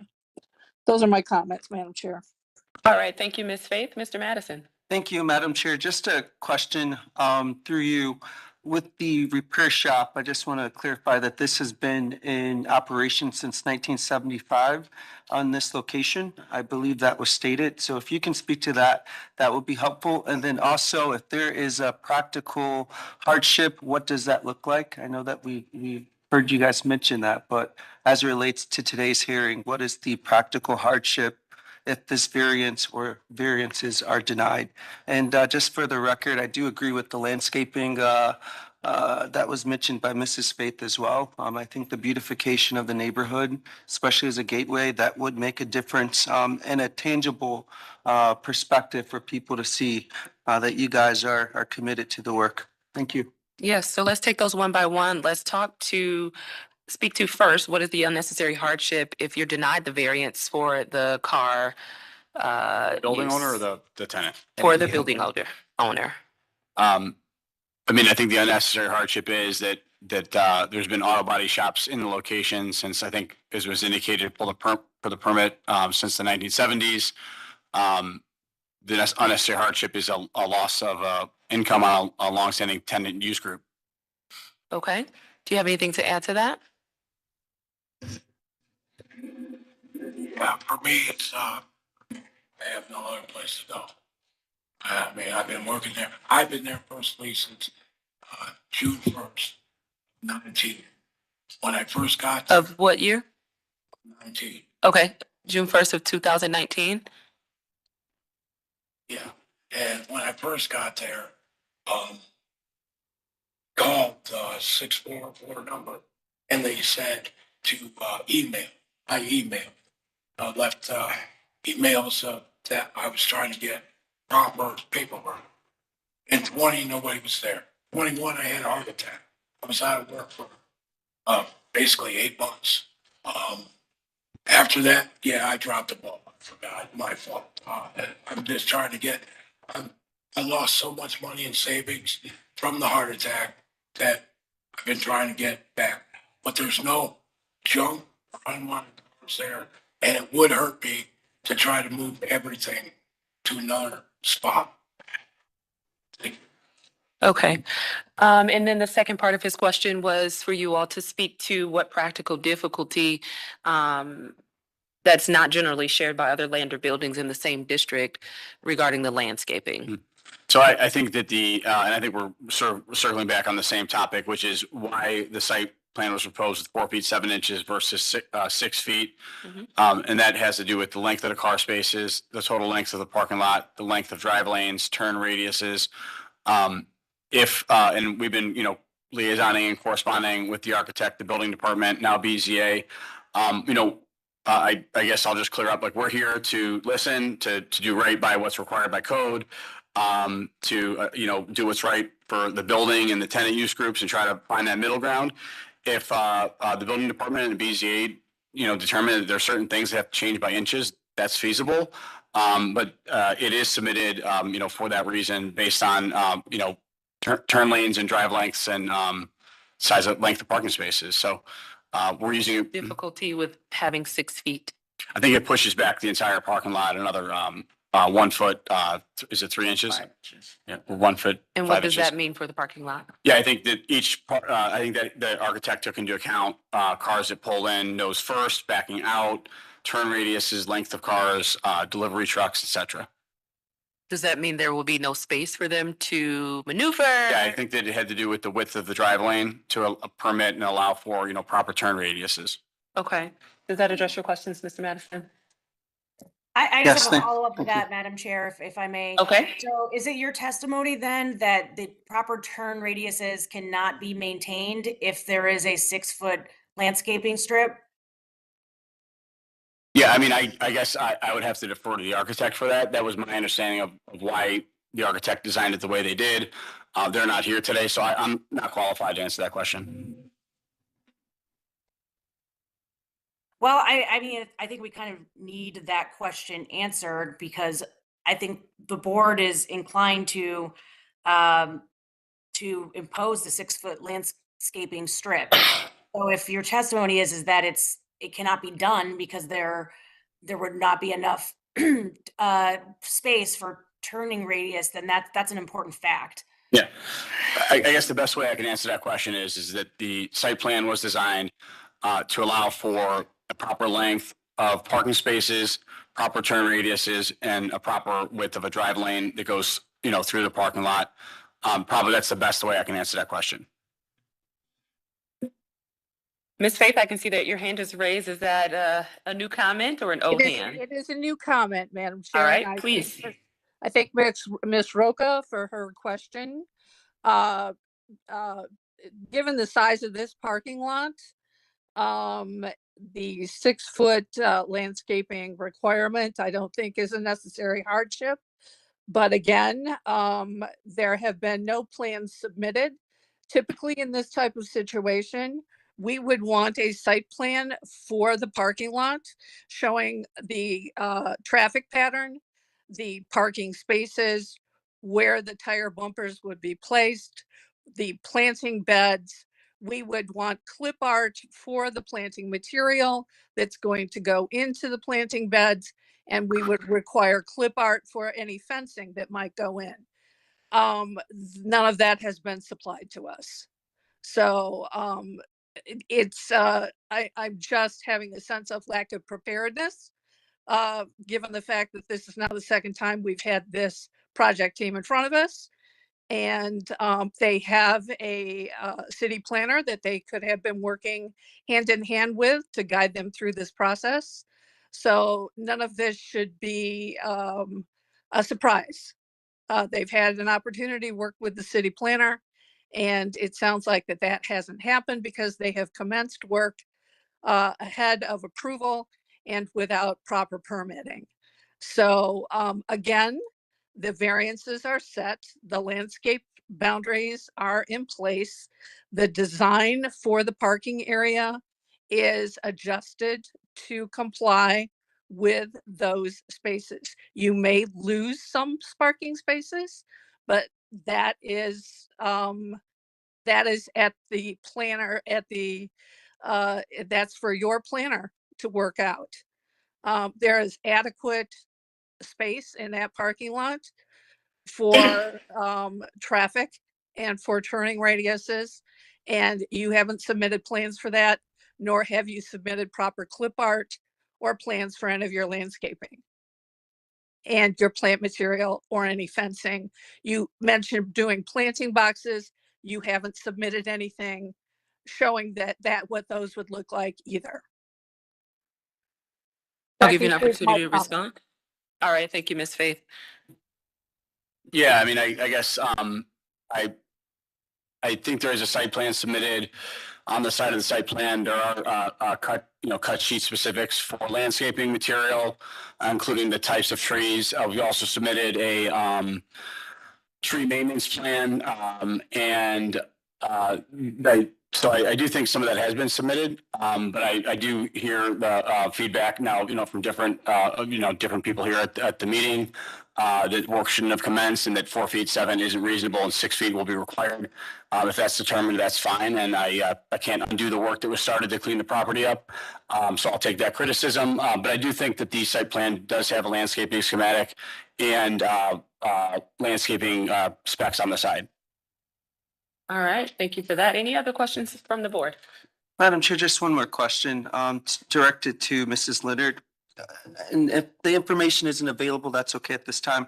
But is there a standard drive lane that we apply to, the work that we're doing here? Do you know what is the standard drive lane? You're talking the drive aisle between the parking spaces? Correct. Yeah, normally when you have 90-degree parking, it's a minimum of 24 feet wide. And the driveway width, when you're within a certain distance from the intersection of two intersecting streets, should not be more than 30 feet.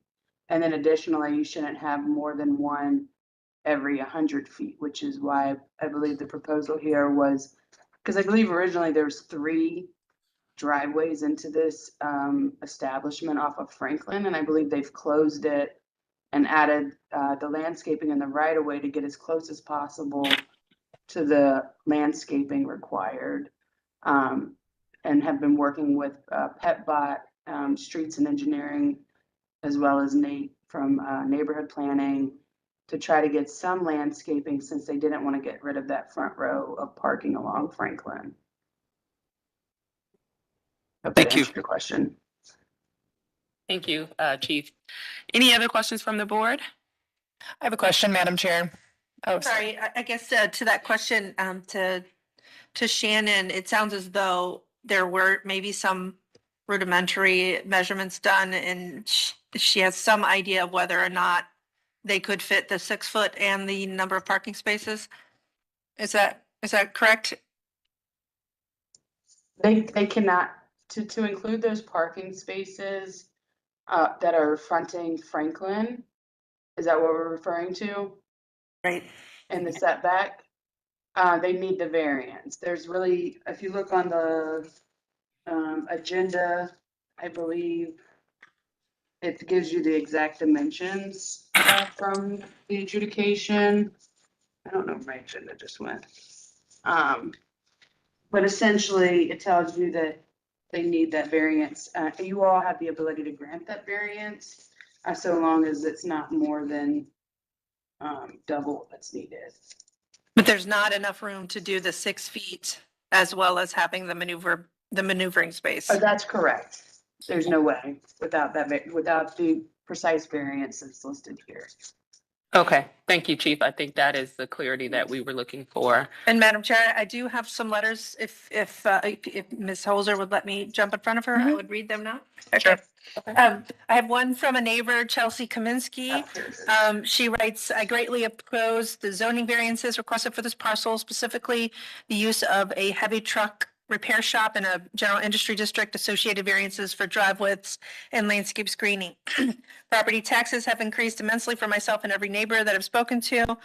In return for contributing financially and being a responsible member of street community, she expects community leadership to uphold the zoning codes that were placed in the community for a reason. This property in particular, along with this longtime owner, has been a source of stress surrounding homeowners and residents. Just a few months ago, this property was used as an illegal auto towing and chop shop. This proved to be very damaging to the surrounding residential community, became difficult to use west 112th Street between Franklin and Madison. as a functioning road due to all the vehicles that they would leave on the side of the road, including double parking them with their tow trucks. Suddenly, graffiti directly near the property became a concern. They had two unfriendly German shepherds that they would leave loose who chased bikers on multiple occasions. This is not the vision we have and are striving for in our community. They should not be rewarded with allowance of a very similar type of business. There is a lot of traffic in this area, especially those traveling between Lakewood and Cleveland. It's Franklin and West 110th are connected with a curve right near West 112th. Additionally, there is a lot of foot traffic as residents walk to and from places on Detroit Road like Aldi to get groceries with their folding shopping carts. We need to keep this area safe for residents. It was on August of 2024 when a 36-year-old bicyclist, Christian Carter, was struck and killed by a truck at 9:15 in the area of West 114th and Franklin. We do not need more heavy-duty trucks in this residential area. Furthermore, our roads are not meant for heavy-duty trucks. We have multiple signs saying weight limit is 4 tons.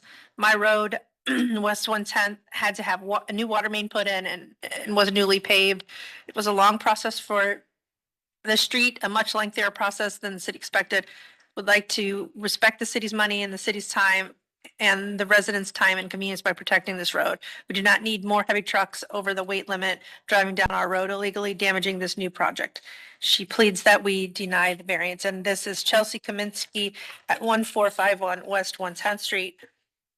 Susan Knoll also sent us an email of opposition. She took a photo of the developing that they're doing now with the landscaping and the gravel. And her comments are, she took the photo Wednesday afternoon. As of yesterday, the piles of stone have been spread out all along the sidewalk between West 112th and West 114th. She can't believe the gall behind making changes to the parking lot that have not been approved or permitted. This only furthers my concern about what we, the residents, have to deal with if the zoning is approved. I thought someone was going to issue a cease and desist order a week ago or so when the unauthorized changes started to take place. It is my opinion that the small rocks are a terrible choice. The stones could find their way onto the sidewalk, making pedestrians unsafe, or it could be picked up and thrown at passing cars. I think this calls for punitive measures against the Hart Realty Co. And that was Susan Knoll. Then I have a letter from Westtown Community Development, Rose Zitello, stating that her letter is to oppose the variances sought by the appellant. She goes on to cite the reasons, just stating that section 343 states that no motor vehicle storage or car wash shall be located on a parcel that is within 100 feet of a residence district, and this property is within 100 feet. Section 349, which states that driveways shall be used to provide accessibility to off-street parking spaces, so shall not be located to arrange and minimize traffic congestion. And the next paragraph, she mentions again the code sections regarding landscaping, and she's saying that she does not agree with the landscaping proposed, and the corporation does not support the variance. And then I do have a letter from Councilwoman Spencer. She states that at this point, especially since she has not been in contact with the appellant since the last hearing, she supports the residents' concerns and backs the residents. She notes that a substantial improvement in the parking lot will add value for the community. However, planned improvements should adhere to the design review standards and the zoning code. For the good of the order, she wishes to state that while she welcomes tree planting, newly planted trees require 3-year tree establishment plan, including proper mulch, staking, and deer guards. Newly planted trees also require 5 to 10 gallons of water weekly, especially if trees are planted in early summer. As a member of the City of Cleveland's Urban Forestry Commission, she would be glad to provide additional assistance and guidance about the trees. And her official statement is that she stands with the residents. That's all that I have. Thank you. All right, we'll turn to you, Ms. Holder. I had a question around, I think I heard Mr. Sager say that he started leasing in 2019, and many of the pictures that we saw were from Scoops, correct? So to the appellant, do you have other tenants in the building currently? So there's the shop that Mr. Segers leases. There's MKH Wholesale, which has been classified as the furniture store. So those are the two COs I think that we're seeking a variance for. I think related to, but separate than what we're doing to improve the property and those variances are needed, which improve the property. So I know that they're all related, but they're sort of separate, right? We have variances we're doing to improve the property, but the property sits where it sits. We have two tenants. Then we have Cleveland Yachting Club, which uses it for, warehousing, and there is a tenant that has just general storage. And then to Mr. Sager, my question is around, you had mentioned that you do have some outdoor storage of vehicles that may or may not be operable. They outrun. They're not junk. Mm-hmm. 71 Cutlass, that's worth $30,000. But I have to put it out sometimes and it has to sit because I only got 4 lifts and I can only use so many at a time. But I don't have junk vehicles. If somebody brings one in and it's no good, they are responsible for junking it. I don't junk vehicles. Okay. And I know that a lot of the pictures that we saw were of junk vehicles along West 114th Street. I also live sort of proximate to this area and pass the building quite frequently. And so I'm curious if that, if there are still vehicles parked along West 114th Street, and what the state is of those vehicles. I'm not on. Well, as far as I see, this morning, there wasn't any vehicles parked. Okay, maybe I'm speaking of West 112 then.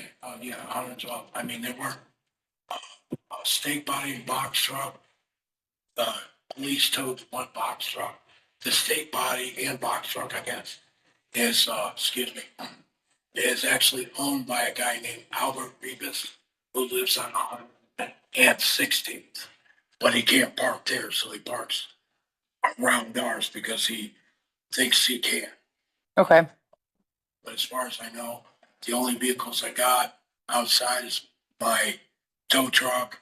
I got a Volvo that I'm waiting for insurance to approve the repair. And I got a 77 square body truck that I gotta fix. It does run, but I gotta fix it up. It's at store. Okay. So let me ask a follow-up question to that. Is there a designated place for this user to park cars that are not in the actual repair place with the lifts? So one of the things we don't have there is reserved or designated spaces or parking signs. I guess whether it's at this level with BZA or if, as we're discussing this, that there are certain things we need to do with, parking signs and limiting how long cars are parked there. That's all doable. But no, right now there are not reserved spaces like you would see for a specific tenant with signage. So if he has cars that are being stored by his business, does he not have the space to store those cars other than storing them on the public right of way? I don't think anybody's storing cars at the building currently on the public right of way. No, my question is if there are cars that are not being repaired actively, they're not in the lifts. Does he have a designated space to store those cars that is on the property? No, there is no designated spaces for auto storage on the property. The front parking lot though? The front parking lot is for general parking. I mean, I guess I'm not understanding the question. Where does he store the cars that are a part of his business? Good. Most of them are inside, but sometimes I can't get them all inside. So when you can't get them all inside, where do you put them? Right in front of my door. I got 3 spots I use. I got an outcrop and the 3 spots next to it. That's all I use. So you don't store anything beyond 3 cars? No, I do not. Okay, so then it sounds like, maybe there should be a limitation around the number of cars that are stored and sort of where they're stored. So if that can be limited to the spaces that are designated for your shop, then I think that will eliminate a lot of the confusion with, in addition to scoops being gone. Does that make sense? It makes sense. Okay. I'm sorry, I jumped into your No, question. I think that's exactly where Okay. I was going, because I think what we're hearing is residents' concern is around junk vehicles, outdoor storage, stuff happening in the streets, stuff happening and being stored overnight in the parking lot. And so I think as much as possible, if that's limited, personally, I think that the landscaping, all this improvement is a good thing. I would agree with Councilwoman Spencer, and we want to see improvements happening to this parcel. But if there's going to be continued storage overnight in the parking lot, concerns around, I think there was concerns around people breaking in either stealing stuff that was being stored outside, whatever that may be. I think that's a lot of what needs to be addressed in order for this to be a safer parcel or a safer situation for residents, if that makes sense. And I think. Ms. Litter, please chime in. Yeah, I'm just really concerned because we're going back down this path of outdoor storage, and outdoor storage requires fencing, especially if it's junk vehicles. And so when we talked to the applicant and the applicant's representative, or when Mr. Okoye did, it was around the furniture store. And, you know, at the last meeting, the furniture store, there was testimony about the furniture store as well as the auto services doing outdoor storage. There were complaints for the community. And then we postponed it for them to submit a new site plan showing where the outdoor storage was going to be. They told Ms. Kukla there was no outdoor storage. We're prohibiting it on both parts. Now we're saying we're going to have outdoor storage of junk vehicles or vehicles pending repair. And that requires a different set of, and we need to be able to see it on a site plan with the appropriate fencing. So I would really recommend that the applicants stick to no outdoor storage, or if they want outdoor storage, to submit that site plan for us to adjudicate, because they're going to need a 7-foot tall fence. And you can't have 7-foot tall fences in the street yards. So I'm not really sure where they're going to store. Yeah. Appropriately without seeking more variances from this board. And I think concerned at the last meeting. Agreed. And that concern remains, Chief Leonard. So I appreciate you raising that because, I mean, your tenant has made it very clear that he can't keep all of the cars inside. He's made it clear that he has to have some cars outside. And so to represent to this board that you're not going to do outdoor storage, I don't think honors the tenants that you have in the building and the uses that they have been permitted. So that's a problem for the board. So I'll answer, I guess, those in two parts. Hold on one second. I think there, maybe we can get clarification from Ms. Leonard, though, and I think we specifically heard the tenant state that it's not going to be junk cars. I would imagine it would be it could be a typical repair garage situation where they're waiting for a part. The car's not junked, but it's waiting for a part and being stored in the parking lot, and it has license on it. I don't think that's the same kind of storage that Ms. Leonard is referring to. If she can clarify, because, you know, and these types of repair uses are permitted, while minor repairs are permitted in general retail, and I don't believe they're required to have a 7-foot tall fence. Okay, I think that's a great point. Chief Leonard, can you speak to that? I mean, there's no testimony that this particular car repair business is going to store junk cars.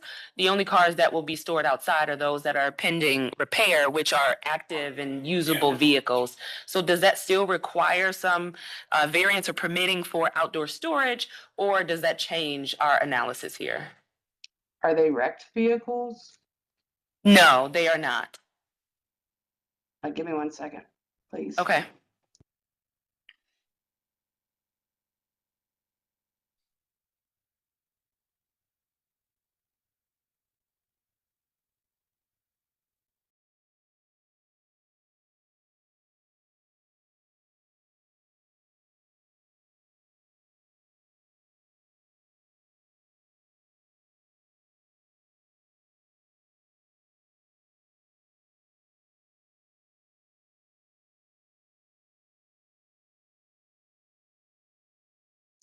Can you clarify exactly what you'd be storing outside? Like when you say these cars are awaiting a part, are they don't have any damage on them and they're movable, or they're damaged and they're movable, but they can't really move until they get a certain part? Most of them are movable. Like the Volvo, it needs a turbo. It moves, but it's not going to go fast. They're not damaged. They're just, they're waiting parts. They're basically being parked there. So when I do get the part, I can bring them in. Because right now, supply, it sucks for my business. I have to wait, uh, weeks sometimes to get a part that should be stocked, but no longer is. So unfortunately, the economy is forcing me to park them there because, I get cars, people's cars break down every day. They come in, not always will I have a place to put them all inside. Sometimes that parking lot's clean. I've had it where nothing's been out there, but other times, I can't keep them on a rack and, keep storing when how I make money is the more I do. So if I can put them out there for a couple of days or whatever, until I get something in, and then bring them in, work on them, get paid, send them on their way. I mean, that's what I do. I mean, they're parked, they're not junk. Madam Chair, he's mentioning cars. I thought we were talking about trucks. Are these diesel trucks or is it? You gotta define diesel trucks. I mean, I don't have any huge dump trucks. Like the guy that was hit on the street was not my customer. Actually, Hold on, I'm on the. oh, I'm good. Actually, it was a guy leaving Taco Bell getting something to eat. He was from the east side. He was just running down. The biggest I have worked on is basically a 7500, which is your standard dump truck, coastal construction down the street. I use them. They're not heavy duty. They're medium to heavy. They're not air brakes. They're not. You don't need a CDL. I don't work on. I can't get them in the shop. I don't work on them. I work on. They consider a 750 a heavy duty, but it's really not that heavy. They are diesel. They come diesel. They come gas. They come natural gas. I do some work on natural gas. Not many, but I do work on diesels, just not 18 wheelers or anything like that. That's the guy across the street.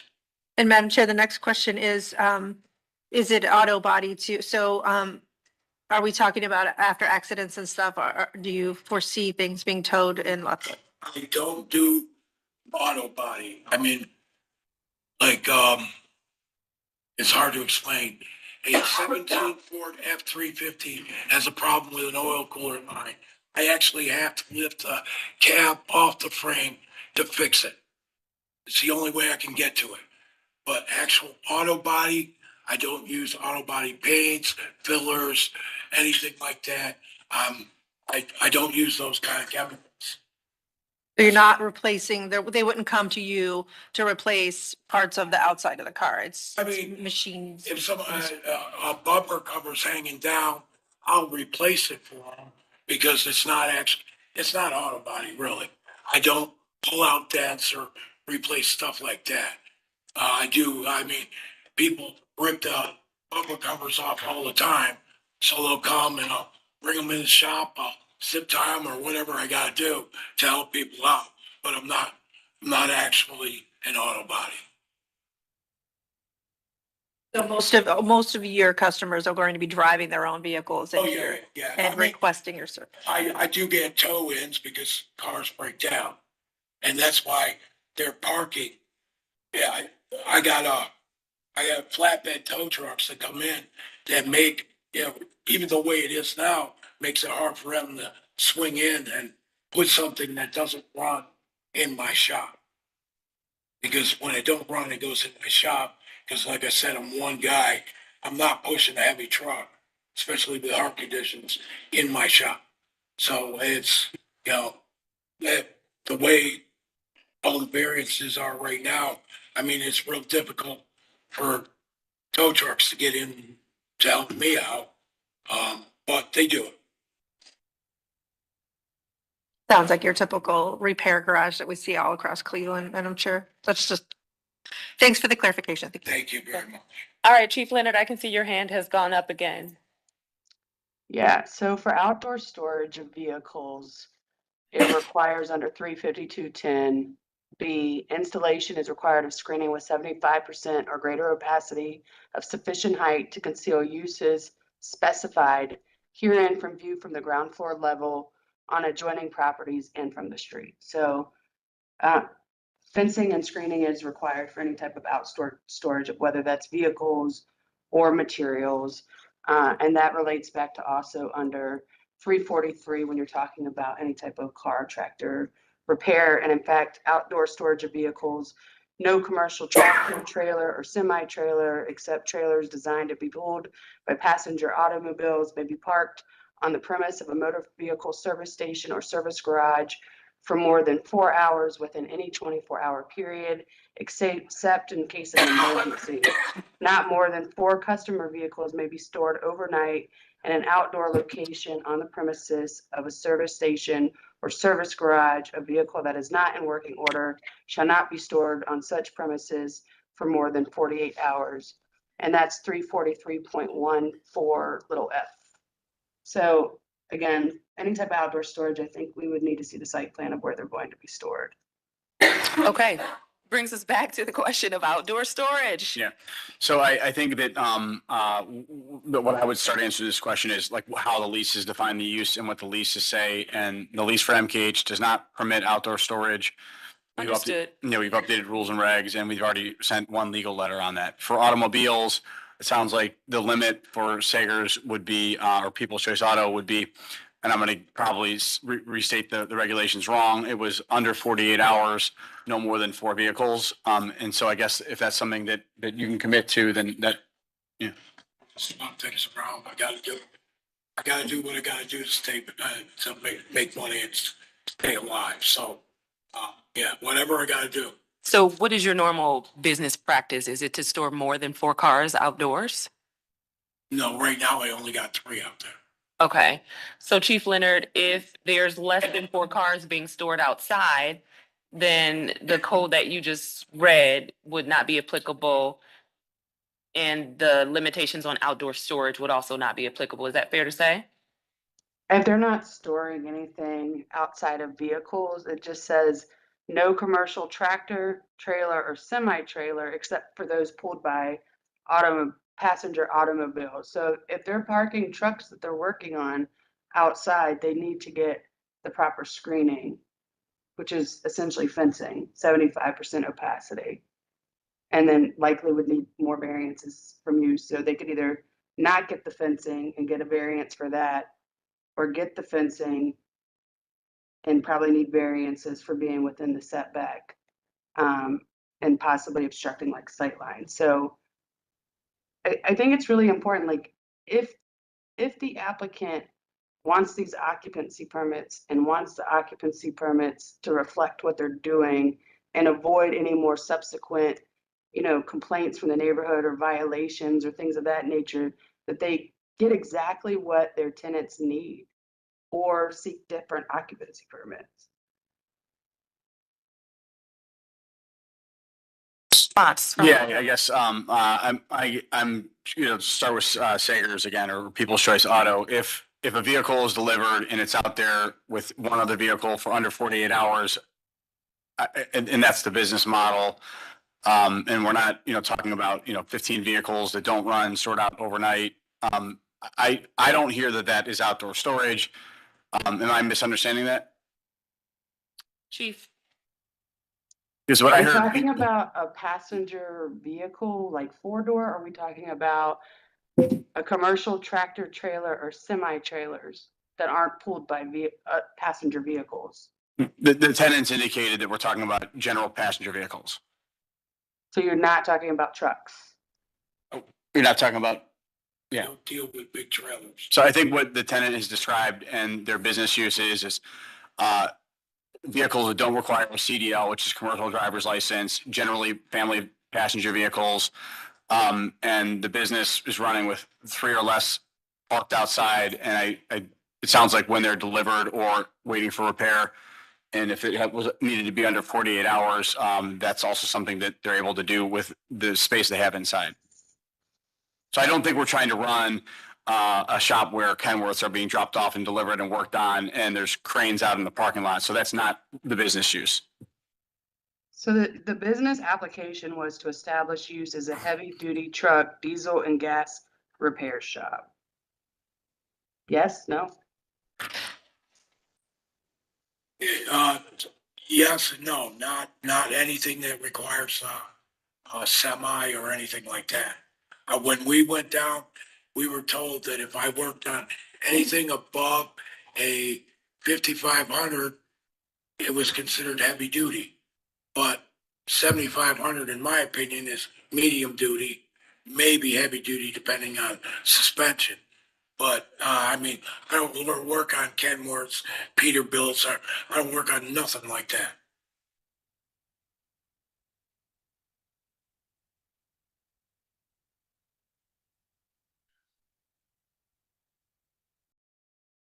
I thought Chief was gonna follow up. So he's confirmed that. Sorry. It's okay, go ahead. I mean, I don't have anything else to say. I mean, I posted the outdoor storage of vehicles section from 343.14 in the code, from the code in the chat, and read the 352.10 requirement of 75% or greater opacity required. All right, Mr. Madison, do you have a question as well? Yeah, thank you, Madam Chair. So I guess my question is, based on what you guys are applied for, based on the testimony that we heard today, is it realistic to build the fencing or half of the fencing for the area that's just for the work that's taking place for this gentleman's, business model? Or is that something that is not feasible for you guys at this time? So, I mean, I'm not sure. I guess I'll try to answer that the best that I can. The requirement for a fence that was on a site plan, I believe, that had to do with a towing company. That tenant no longer is there, so a fence was not included. The leases and what the expectation for the business uses are is that there's no outdoor storage. I think that adding the fencing, exacerbates the issues with what's being described by the neighbors. So I think from our perspective, for the applicants, I think limiting or excluding outdoor storage really is where that building should operate.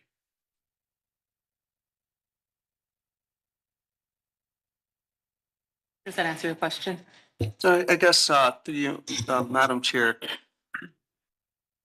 the situation is between not only the community and then the work that you guys are doing. So, I mean, clearly you've got opposition from a significant amount of people within the neighborhood based on the operations that you guys are running.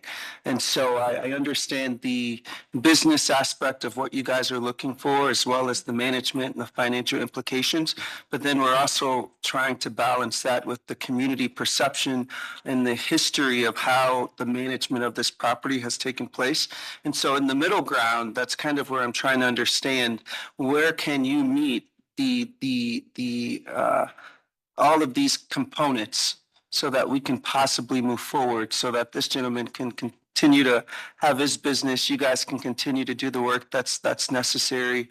And if that is a screening or partial fence or whatever the case may be, especially if the operation's been in place since the 70s, it seems like it wants to continue for another significant amount of time. So, whatever that might look like, I think Mrs. Leonard kind of mentioned just taking time to do the work now so that you guys don't have to come back in front of this board for potential variances.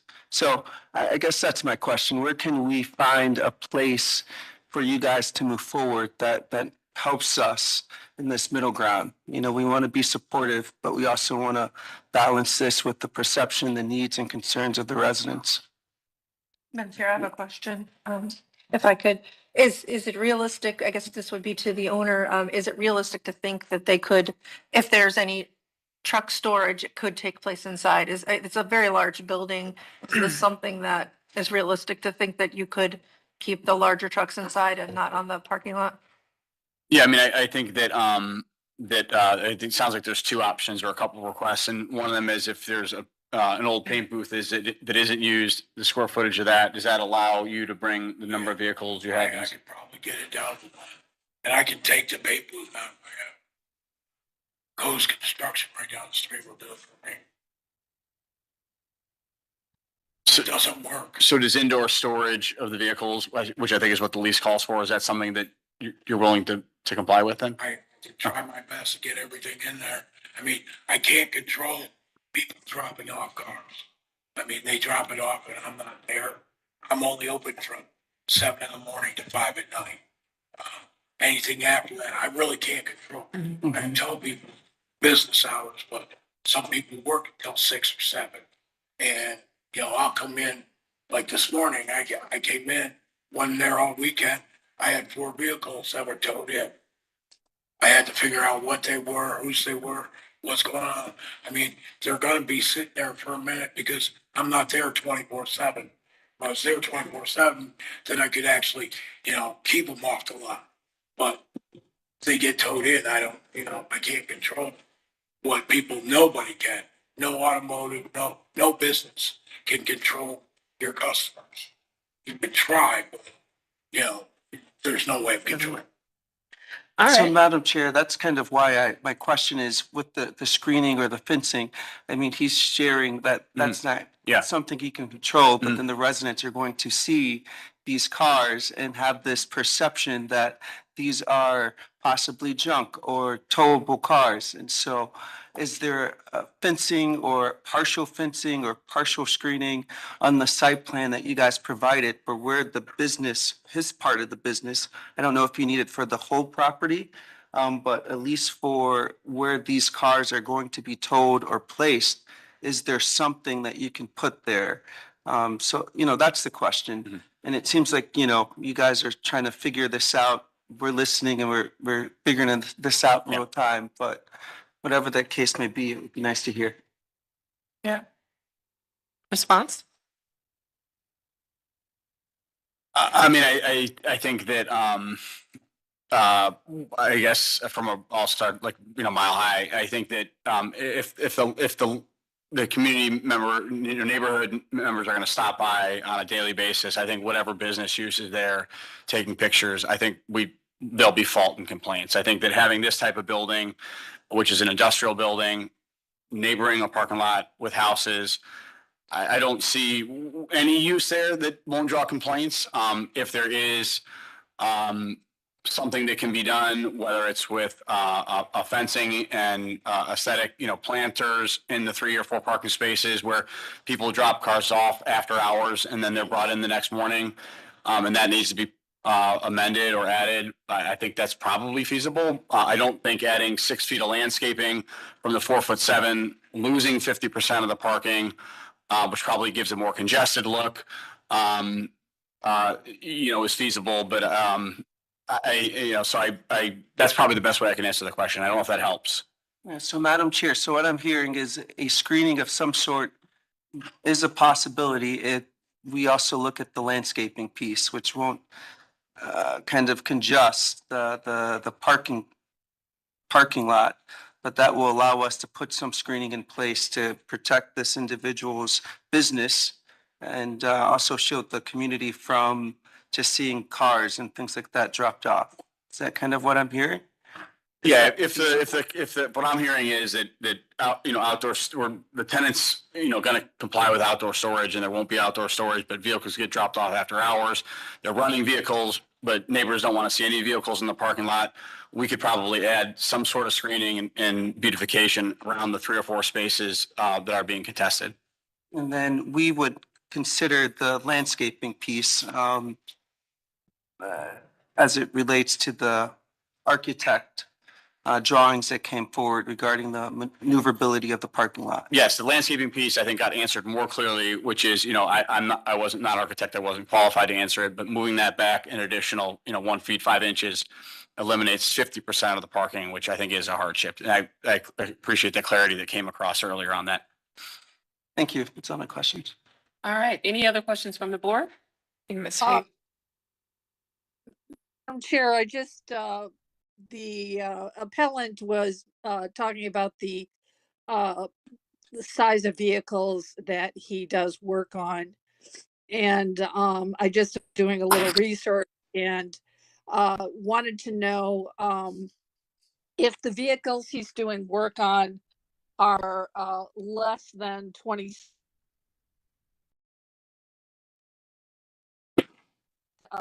that applies to box trucks he might work on that Miss would Faith? be less than 26 feet. Miss Faith, Yes. you're coming in a little garbled and it's hard to hear you. Can you say that again? Are the vehicles going to be? Right, sorry. So in doing a little research here, looking at any vehicles that require like a CDL or are more than light to medium duty, are any of the vehicles he's working on in excess of 26,000 pounds? And are any of the trucks larger than 22 to 26 feet? No, the heaviest vehicle I ever done because my lips can only lift 20,000 pounds. So I can't do anything heavier than that. And length, I really haven't measured, but I don't think anything's over 26 foot. I'm not sure. I really haven't measured, but it'd be hard to fit it in there. Okay. Those are the parameters that delineate like a medium duty, a light duty, medium duty to anything that would require a CDL, which would be a heavy duty truck. All right. I'll ask you to lower your hand so that I don't have to question whether it's old or new. Any other questions from the board? All right, I will entertain a motion. Let's start first with calendar number 24-088. Is there a motion on calendar number 24-088? As it relates to the People's Choice Auto Service use, establishing use as a heavy-duty repair shop. Madam Chair, I'll try this, and I might need some support. Mrs. Leonard, if you're on board, or colleagues. So I'll make a motion to approve calendar number 24-008 with a few conditions on working with the city planning on establishing a screening for the potential business.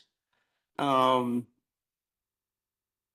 I think that was the only condition that I had for this one.